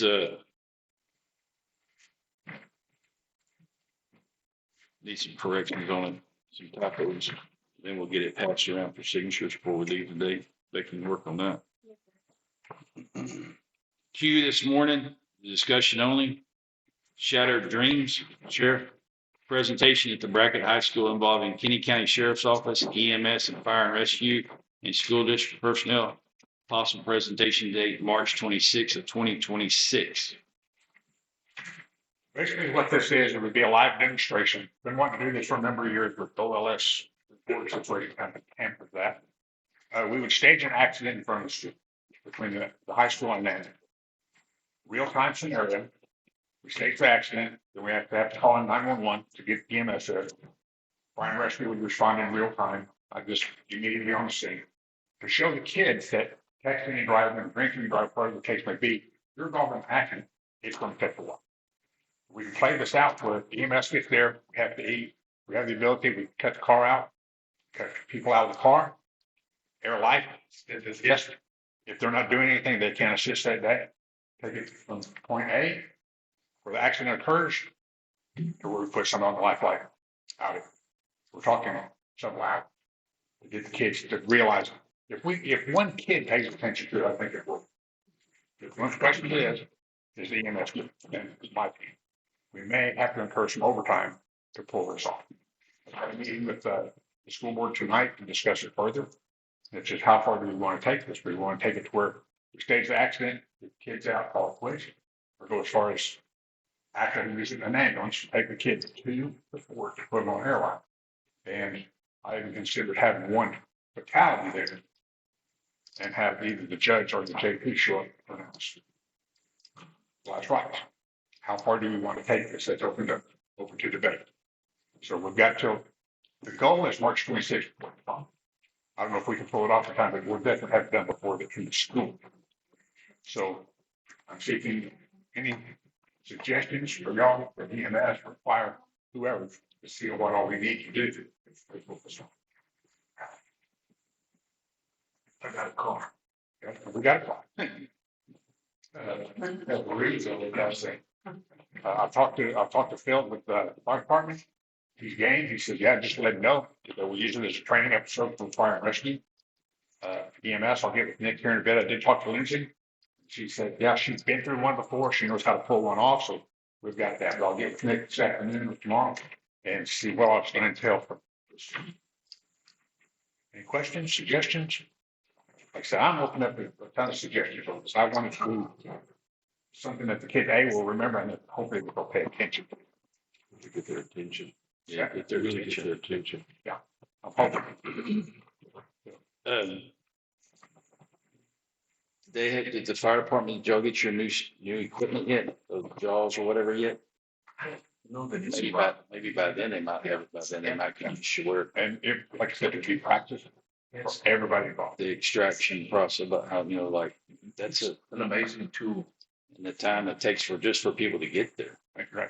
Take time to get people to get there, evaluate the situation, try to keep people calm, try to get the equipment working, make sure it's working properly, cut the doors, or whatever we have to do. So it's not just a 20-minute demonstration. It's going to be several hours. It's got to get with the city because it is a city street. So I know what we plan on. Maybe they can assist all.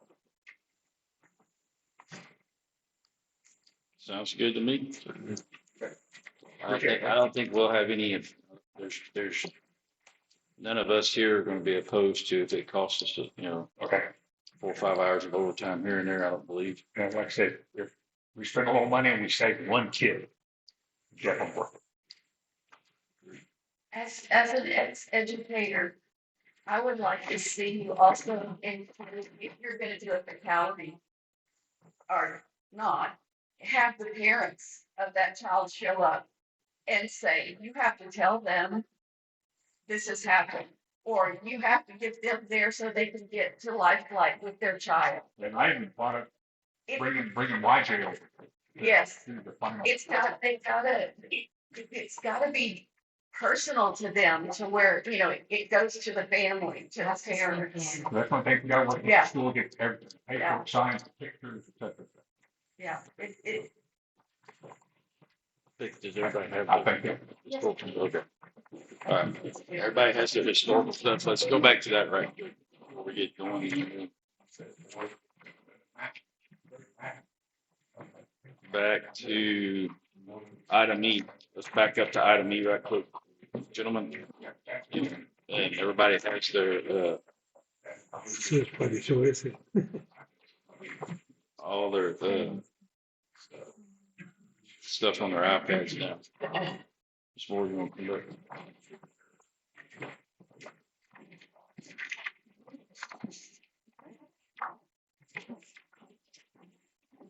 Now, on your iPad, you'll see, I think initially all you got loaded on your iPad was this did not follow through, but now you can see the list of properties and so forth.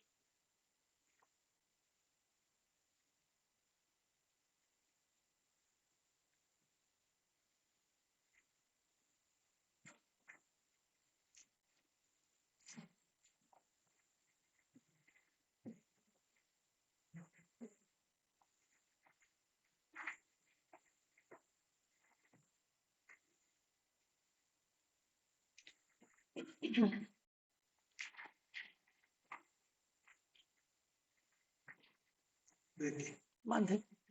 Have y'all notified the people that have these red and gray? Have you notified them? Yes, They know about it. they get notified after it's been approved. They receive the notice. And most of these that receive the red, it's pretty much the same people that have gotten the same report every year. And for some reason, they choose not to improve it. But then again, it's their private property. We only make recommendations. And if they choose not to do it, that's the choice they make. How long do you all recommend that you stay in the red process before they get taken off totally? Well, unless they advise us or send us some kind of communication that they don't want to be reviewed, I have never seen anyone ask us to pull them off. But when we submit this report to the appraisal office, the appraisal office even sends them a letter to submit that they want to be on that exemption list. And at that point, they also have another opportunity to deny to be considered. But my understanding, they do reply that they want to be reviewed. So again, it's private property. It's their choice if they want to maintain their properties. Yeah. And there was one individual, I can't think of which property it was. They had a lot of discrepancies last year, but they got it all done. They got on it and completed it and got a green. And I think what's happening with the Smithsonian project that's coming up in November, I think they want to make their areas look nice, which they should, because Fort Clark is a beautiful historic location. And if they get the response and visitors, they're going to be driving around and their properties are going to be on display. So I think this Smithsonian project is a great incentive for them.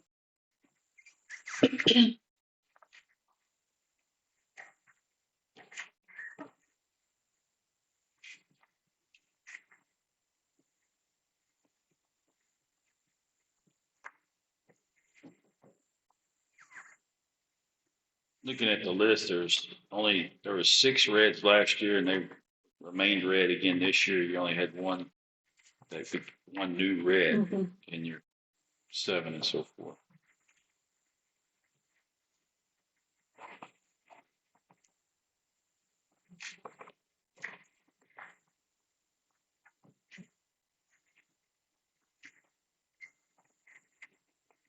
Any other questions or discussions on item E this morning?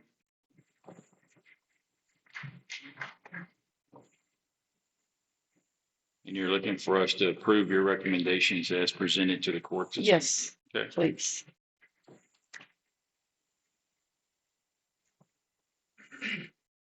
So who's done on any? All right, and motion made by Commissioner Dotson, second by Commissioner Matavo on the accepting the report, the recommendations from the Kinney County Historical Commission on historical properties exemptions in green, grays, or reds as presented. Any further discussion? All those in favor say aye. Aye. I'm saying, Motion, all those opposed, same sign. Motion passes 3-0, noting Commissioner Ward abstains. Thank you, gentlemen. Thank you, ma'am. All right. Back to our regular scheduled program. Will put us to item R this morning. Discuss and approve the purchase of a 72-inch V50 rotary brush cutter in the amount of $9,975 from Bobcat for the Road and Bridge Department. Funds to be paid from Road and Bridge Equipment Purchase Line 020-5-0000-0696. Road and Bridge would like to get a new brush cutter for their second skid steer. And the proposal was turned in from Bobcat for the total amount of $9,975. Two of them. No, we're gonna have two. Each. Yeah.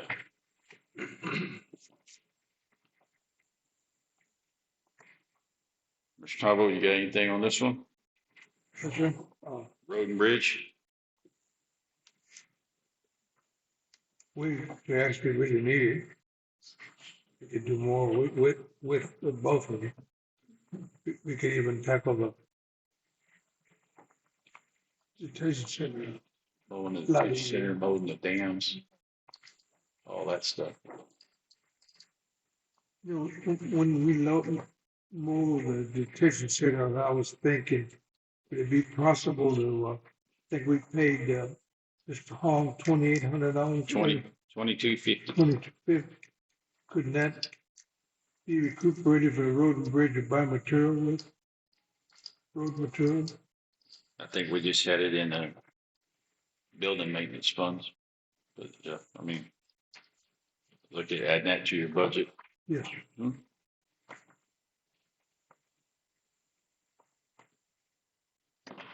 But that's item R. Get another brush cutter for the skid steers. So moved. So moved by Commissioner Matavo. Second by Commissioner Ward. Any further discussion? All those in favor say aye. Aye. All those opposed, same sign. Motion carried unanimously. All right, then that leads us into item S this morning. It's approve the motion to make a budget amendment for the 25-26 fiscal year to move $5,200 from 020-5-0000-0646 road and bridge water for roads to 025-5-0000-0696 road and bridge equipment purchase to offset those funds from the water for roads into the equipment funds to accommodate the purchase of this rotary cutter. Entertain a motion to approve item S. So moved. So moved by Commissioner Matavo. Second by Commissioner Ward. Any further discussion on that budget amendment? All those in favor say aye. Aye. All those opposed, same sign. Motion carried unanimously. All right.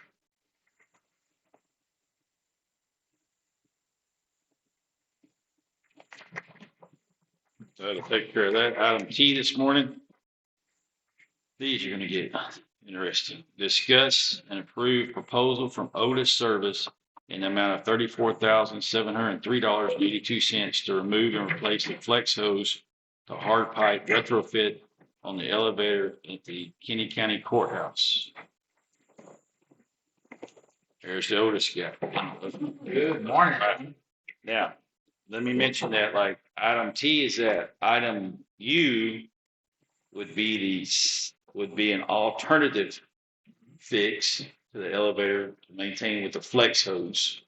And that cost us $19,434. So item T and U are the same fix. One of them would be item U is a fix that has to be done every 6 years, according to the law.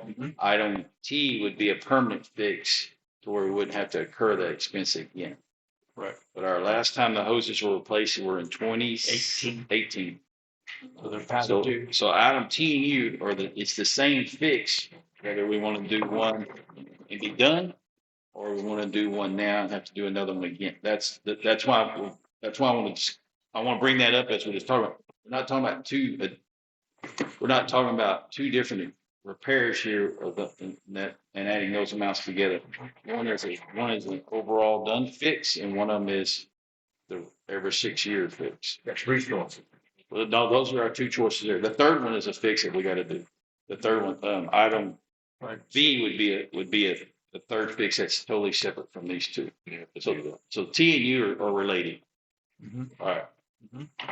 That's correct. So, and again, currently right now, it's the flexible hose.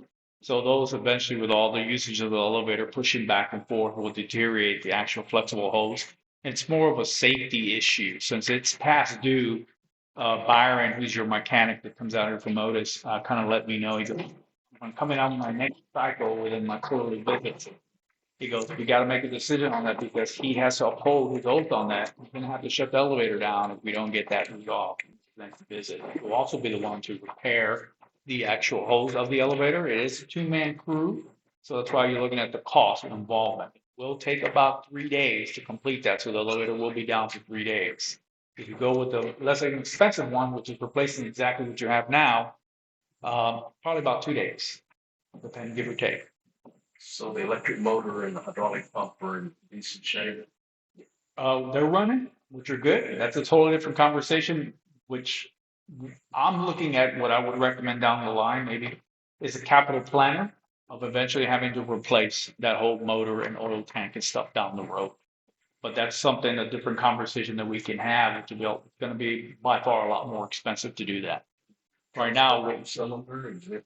yeah, it's a piston that shoots from the ground when the oil tank pushes the oil, goes up, and it's going through that hole. So we want to go into a steel hole to eliminate having to come out 6 years from now, spending another 19,000. Now you're over $40,000 in 6 years, where you can just pay 34 now. Is it telescope or is it a single? It's a single, so as high as it goes up, as deep as it goes down in the ground. Yeah, that's kind of, it's telescope now in the newer models. Yeah. Because they don't allow us to drill them to the ground anymore, because oil will find a way to leak in there.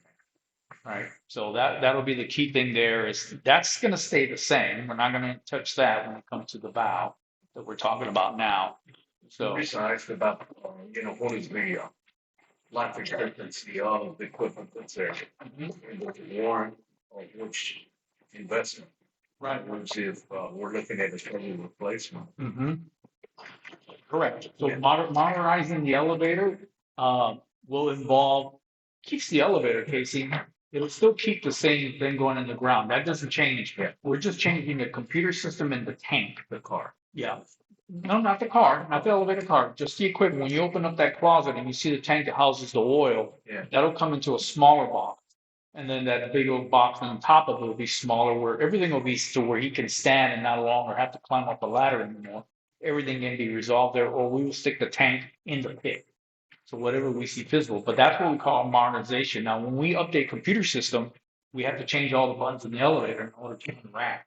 And then the door operator will have to be redone again as well in order to offset So that. the car and its track are still. That stays there. Unless you want to make it nice and fancy, we could certainly oblige by doing that as well. But the life expectancy of the car and the track that rides on is. It's fine. Okay. Yeah, we don't need anything that eventually, when leak oil starts to come out of that piston, then there'll be what we call packing. We'll have a conversation about repacking. That happens, because again, oil finds a way to come out. But that won't be replaced. We're just talking about the computer system, which is really the most expensive thing of an actual elevator. What does that cost? So if we were to do a modernization in that elevator, I'm gonna just basically base on a minimum of 100K. Yeah. That's correct. That's down the road. So we call it capital planner, where we'll come out here. I'll bring a young lady by the name of Trudy, who will basically be able to put something together and say, this is what you'll be looking at. Because that elevator, parts are no longer being made in that computer chip system. If there are, you're looking at least maybe 2 weeks downtime of getting it repaired, because we would have to ship it to some guy that can actually still fix those. The other option is going to be to modernize the elevator itself. Okay. So elevators are not the most sexiest thing in the building, but they are very expensive, very important to have. Right? Yeah. So I can certainly work with Trudy to schedule that, to have a discussion down the road. Right now, if you do the steel piping, then that'll be great, because then they'll be able to use that as we upgrade the system. You won't have to do that again.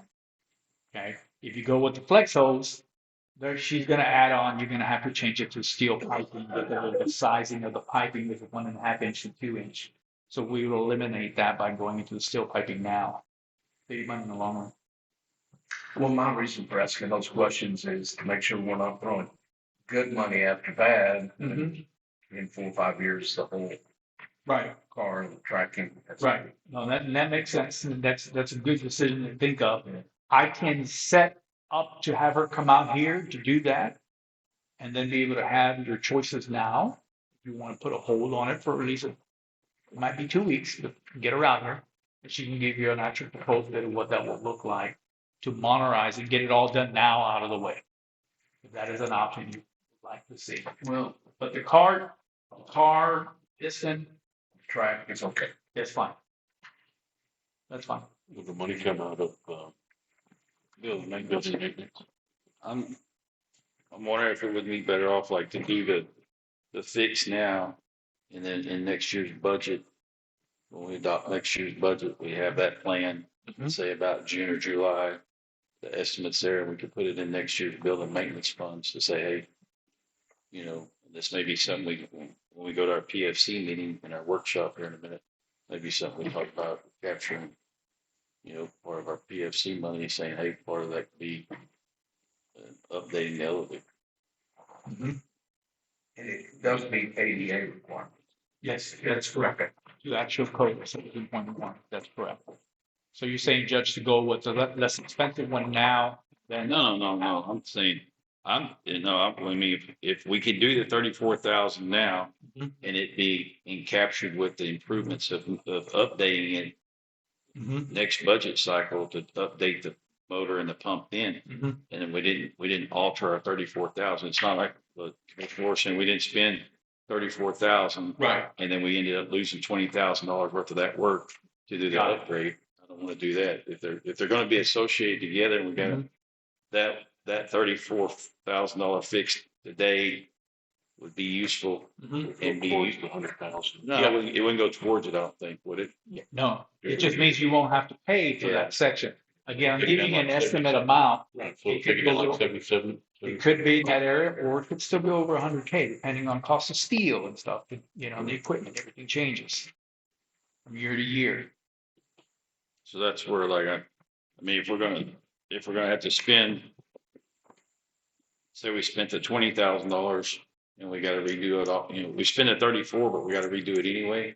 Well, then we might as well just look at spending the 20 right now and projecting to do the big one next, but if we can approve and go with the $35,000 today, then that, a big majority of that helps us into the big update. Mhm. And we can budget for that money next budget cycle. These are things that are pending right now, pending inspection. Correct. But it's also more of a safety thing because if a flex hose, as it gets older and weaker, it prevents the elevator from a free fall drop. It's kind of one of the emergency stops. So that's the whole reason why to code, it has to be done every 6 years. It's 5 to 6, let's say at the most. You know, and again, putting metal steel will eliminate having to reinvest into that, have that conversation point again. You'll at least be up to code on that part there. What year model is it? This particular elevator, for last I checked, I thought it was installed in 92, but I could be wrong. Maybe I'm thinking 82. So I mean, elevators, if you put a brand new elevator in a building today, that technology might have already been around 10, 15 years. So it's already getting close to obsolete, even if it's brand new out of a package, because it's the same technology. If they come around and start changing things, it will involve a lot of movable parts. Again, telescopes is the new thing now that they go with on a lot of hydraulic elevators, and then electric elevators are more traction, computerized, and involve a lot more movement there. So it's changed a lot. But again, like I mentioned before, is that that's an old workhorse. It can work forever, maintaining it. It might, once you do the holes, it could keep going. So that's why we had other conversations. Judge, you remember the last time I was here about safety for my mechanic, running some crossbars across there. I let Byron know about that. He said he was okay with that style, but he preferred we can somehow strengthen the ladder and the ramp he steps off because it shifts. And there's no safety rails on the right, so he could fall into the pit. So we want to eliminate that. That's a different conversation. I think we talked to the maintenance guys here, but that'll be something that we would like to see done as well in the interim. So you find your local welder guy to just make it a little more sturdier and stronger where it doesn't shift. If he stands on top of it, that'll be great. Okay. And then the last one is that emergency buttons, the power shuts off, keeps the light on, allows the emergency phone system to work with a backup battery system, which it does not have right now. If power goes out, some of the elevator shuts down, lights are gonna go dark, fans are gonna stop. So make people a little nervous in there. But our backup generator doesn't operate that too.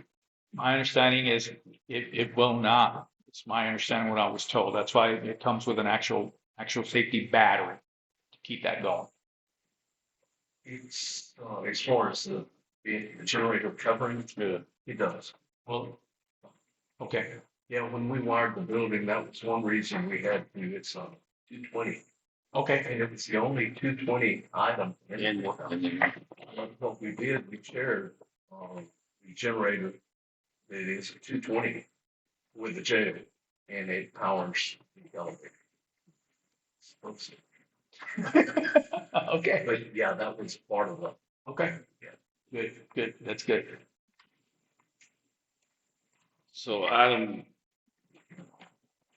T is the bigger quote of 34,703 to replace the flex hose with piping and I would say that we consider doing that one and be done with it, and then look into the updating the computer and whatnot in next year's budget cycle. Have it scheduled for sometime in Okay. October, November work done, but get that kind of. So he's had the capital plan. It's a capital improvement, but we know kind of going into next year's budget, hey, we need to, in building maintenance, this needs to be set aside. Okay. That's how I would say it, but that's, we'll take action on item T to either approve or disapprove item T. Is it an Otis elevator installation? The one that's there currently now, it's a Dover. It's a, I shouldn't say Dover, it's what we call MEI, it's an independent mix of different pieces put together. So we obviously are trained to repair all this stuff, all our mechanics go through school. None of us were born when it was installed, so we don't. Okay, I saw your initials were a little harder on it, but okay. Judge, whatever you. So, but if we approved item T, that would eliminate item U. Okay, if we don't do T, then we have to do item U. So, and then item V, can we, if the emergency lighting in Bell, we don't care. I mean, that's just if we lose power totally. Yeah, we think it's on a generator. We feel like we wired it for the generator. So would that eliminate V then? It would, based on what you tell me here. I'm starting to We get need to some more verify feedback. that. Get you. I will. Okay. So then our action item today would be T and U. Select which one of those we want to go forth with. We'll table item V until you Okay, we can do that. And verify that one. So let's look at item T for, my recommendation is that we go ahead and do item T because it will also help us down the road. with a little bit of cost of that capital gains down the road. It won't be a dollar for dollar deduction. It could be, our improvement could be an $85,000 Right. improvement rather than a Savings. $110,000 improvement or something like that. Got it. Okay. I would recommend that we approve item T, and that approval then would eliminate any action on item U, since they are related. It's just a different fix for us. Correct. So I would entertain a motion to approve item T as presented for the Otis service contract in the amount of $34,703.82 to remove and replace the flex hose to hard pipe retrofit on the elevator at the courthouse. So moved. So moved by Commissioner Montalvo, second by Commissioner Dotson. Any further discussion? Yes, Judge. The phone line system, has that been resolved yet? Shit, he was here, Chad was here, and he left. Did he leave or is he in that room? I think she's here right now behind you. I think he left. Chad, I think he left, okay. At the phone, it was a copper line, and when they did away with copper, we were gonna have to buy an adapter deal to where it would be basically a fiber digital phone. Right. To call the sheriff's office. Yeah, in case of an entrapment and stuff. So it would be, because we know we've gone into programming, but it's not going to do anything until there's an actual signal to there. So right now though, item T is what we got the motion on the table to approve. Have a motion and a second. Any further discussion on item T? All those in favor say aye. Aye. Judge, does that fall into the same category of we repair first before payment? Because we sure like to have payment first because of the cost. It will. It will. It'll be, all work rendered and then payment upon. Okay. Same scenario there. Okay. Thus, by approving item T, we've eliminated item U. So no action on item U because we approved item That's T. correct. Okay. So with the approval of item T, no action. All right.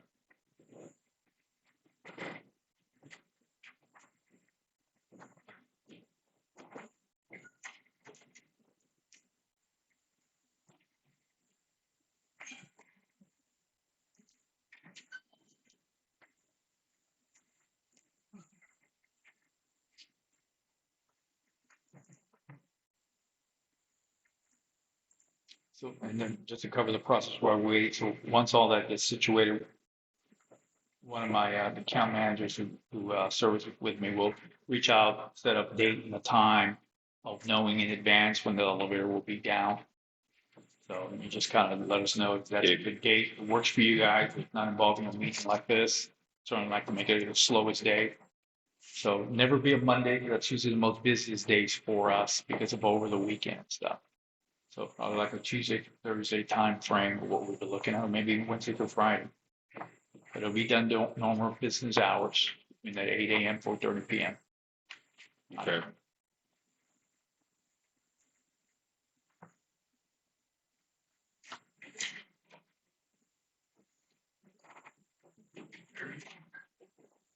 Chad, Otis elevator question about the phone in the elevator.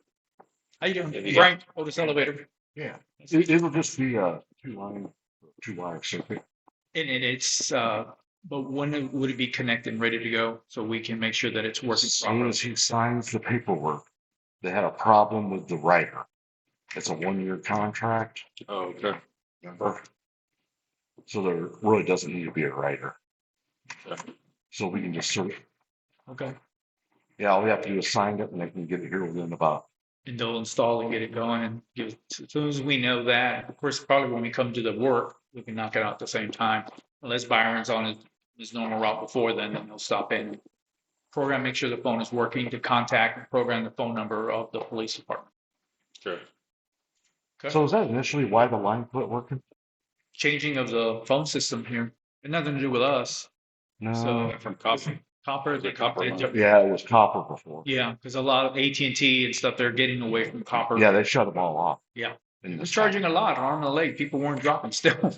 But they went in and just changed the technology. It's a lot more efficient for them to operate. So, but yeah. Okay, well, good. That's good to know. At least we'll get that covered. So we'll be in Yeah, compliance. it's NHC that'll be installed. Yes. Okay, okay. And then make sure that it's actually working. We'll do a test on it. They'll do a test. You know. Okay, beautiful. Okay. Thank you. All right, thank you. Then item B, no action today. Nope, I'm gonna follow back up and verify with Follow that. my team. Okay. Let them know that you guys have a generator for backup power to limit that from happening. Okay. So that'll be good to have now.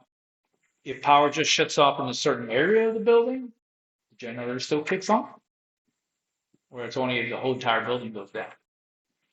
So that could be the question they might ask me. Because I mean, the generator pops on when the entire building has lost power. But if it's just a specific side of the building or just where the elevator is at, then it's not gonna have any power, there's no backup battery power. That was a discussion of why Byron put that on there to get that work done. So we cleared that up. No, I'm No, not he's asking, It's a power, I believe our generators, if it's a total power outage. yeah, then so what if it's just a section of the building that shuts down, the generator won't turn on? Would that be correct? No, it's, That's, I don't know. it's powered separately outside. It goes, what was, the existing was, the elevator, of course, was added many years after the courthouse was built.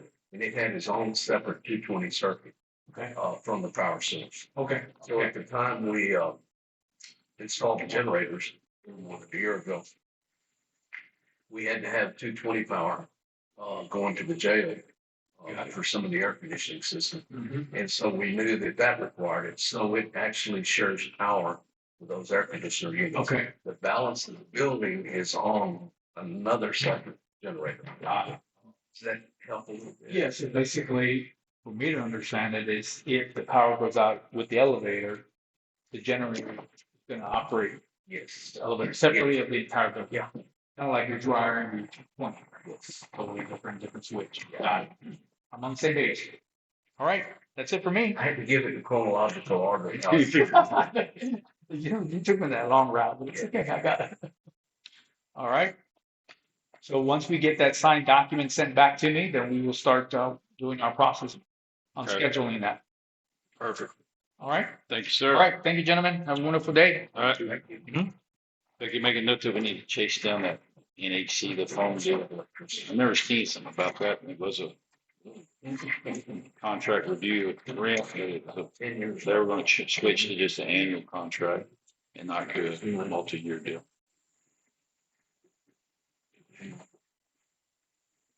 All right. Item W this morning is the proposal, the estimate for from Rio Grande Heating and Cooling in the amount of $1,421.95 to replace the control board, repair the low voltage wiring, replace the V belt, and perform a complete maintenance to the AC system at the public library. This came about from the cold spell. The unit over there froze up and stuff and whatnot. And we reached out to Rio Grande Heating. They're also the ones that came and looked at the sheriff's office that we're waiting for a proposal on as well. But this proposal was to do that work over there.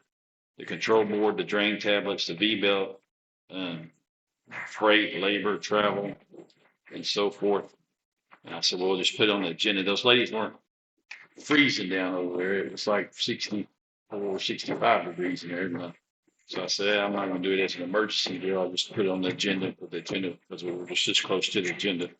So entertain a motion to approve this estimate from Rio Grande Heating and Cooling for the repair work at the library. Oh, So moved by Commissioner Sabo. Second by Commissioner Dotson. Any further discussion? All those in favor say aye. Aye. All those opposed, same sign. Judge, did he express any interest in looking at Petersen? I was not here the day he Oh. came. I was not here the day he came. Polo walked in there. When we had met last time, that was mentioned that he was, and I didn't get a call from him, so I thought maybe In my we were trying to find any and everybody Yeah. that could to bid. bids. Maybe he'll return. I don't know if I'm confusing, but I did have a AC guy. Was it, you think it was air conditioning? Yeah, there was also somebody coming by. And what's the Did they come out with Polo? Yeah. I bet it was them because the day they were coming, I was in COG meetings in Blue Valley. So Polo was going to take them by the library and take them by the sheriff's office to look at those. I did have about 2 or 3 different companies come through for bids, but we never received it. Three of them. On the Petersen. Right, I do think that they did stop by for these bids. Yes. Okay. Well, they were going to email us the estimate that they were providing for the sheriff's office, but I haven't seen it yet. Okay. I'll reach out to them. Well, the same email that one came in on, I believe I got it. Put a note. We'll try to reach out to them today about the sheriff's office and so forth.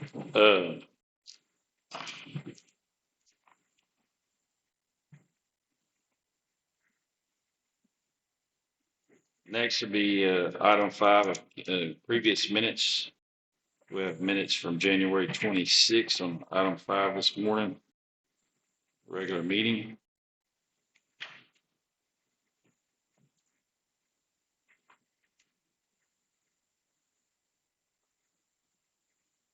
Cybersecurity training, they've already started doing some of that. Those emails went out the other day for folks to start getting on their cybersecurity training done.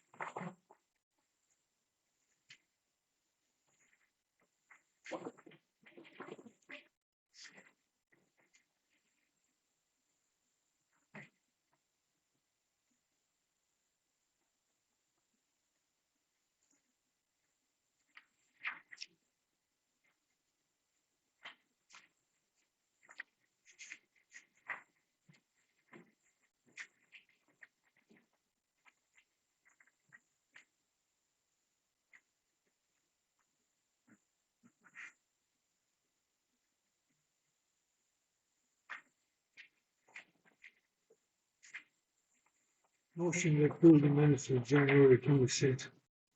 Okay, motion by Commissioner Matavo to approve the minutes as presented. On item E, you've got $500,000 is what Trevor's bond needs.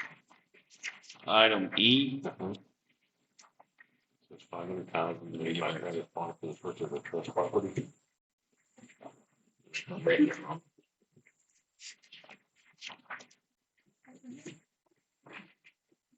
oh, you just got an extra zero after the pennies. Oh, okay. Just got an extra zero there. It's $500, but then you got 3 zeros for pennies instead of 2. I just copied it. Motion. All right.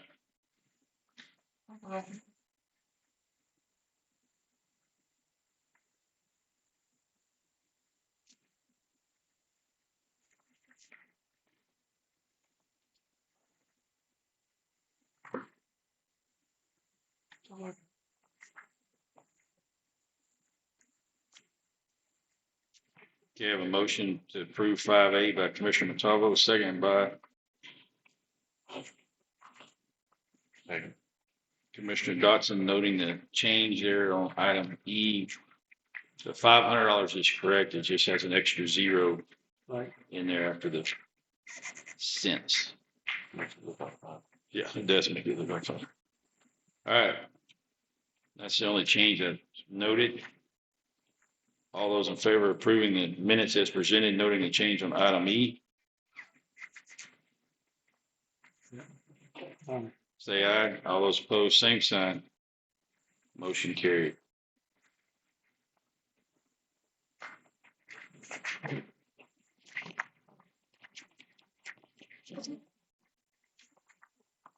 All right, approve the bills and disbursements. Item 6, Kinney County Detention Center.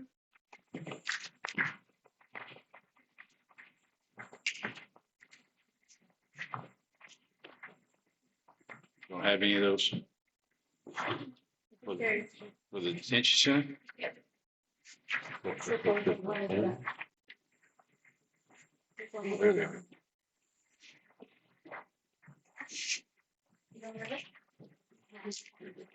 Yeah, here it is. Here it is. I got it. Yes, I got it.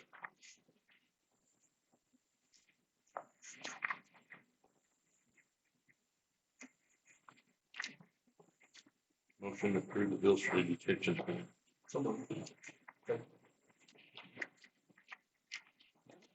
All right, motion to approve item 6 by Commissioner Dotson, second by Commissioner Ward.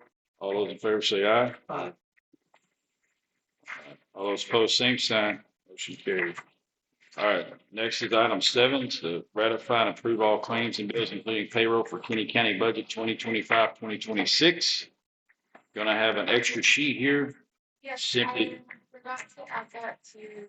the regular bunch. Okay, the note here from Ms. Elliott is that she forgot to add the insurance to the list. That's why it's separate.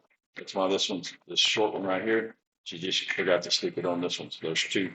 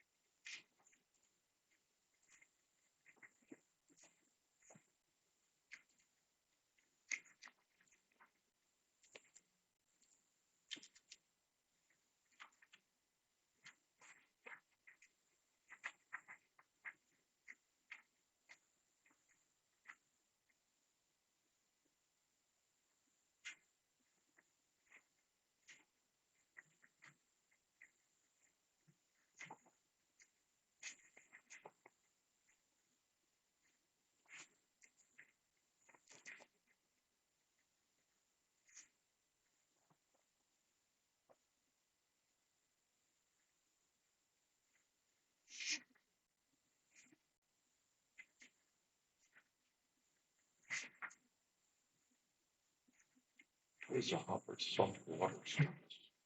Water softeners. We have water softeners. Oh, fire station, community center, Okay. road and bridge, Yeah. and the ice machines on and stuff, trying to protect our ice machines.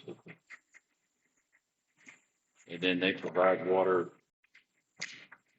downstairs, Is that what these bills are for? For not, water? not upstairs. The, which one, the hopper? Hopper. Hoppers is for downstairs support and distributors. Library, upstairs. I think this is just for water.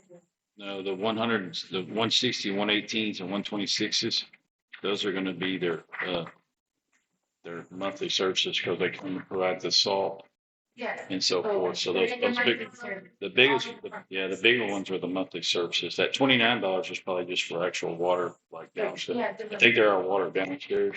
So the main thing is water soft. Water, soft, yeah, yes.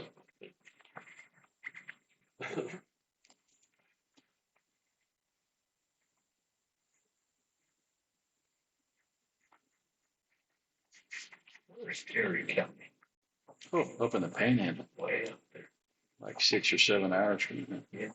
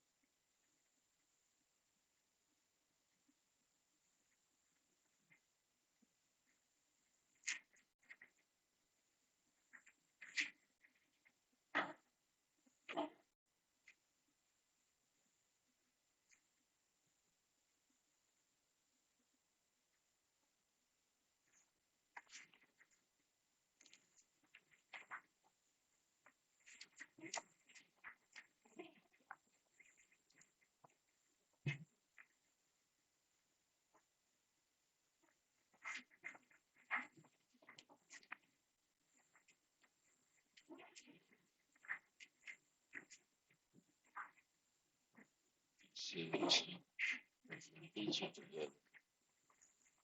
Where'd the other one go?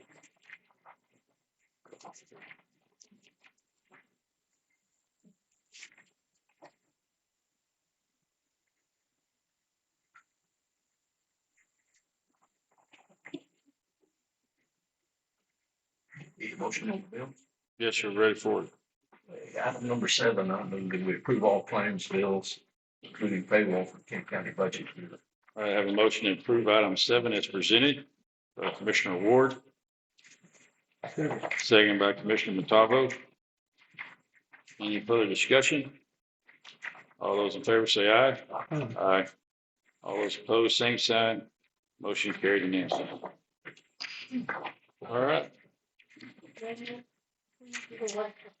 Yeah, we'll go to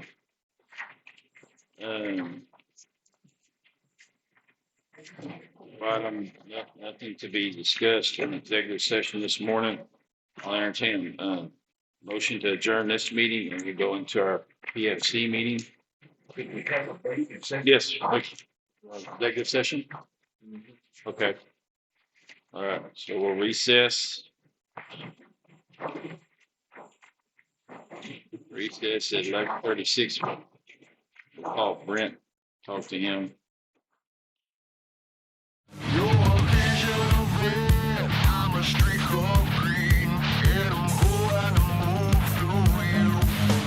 Run.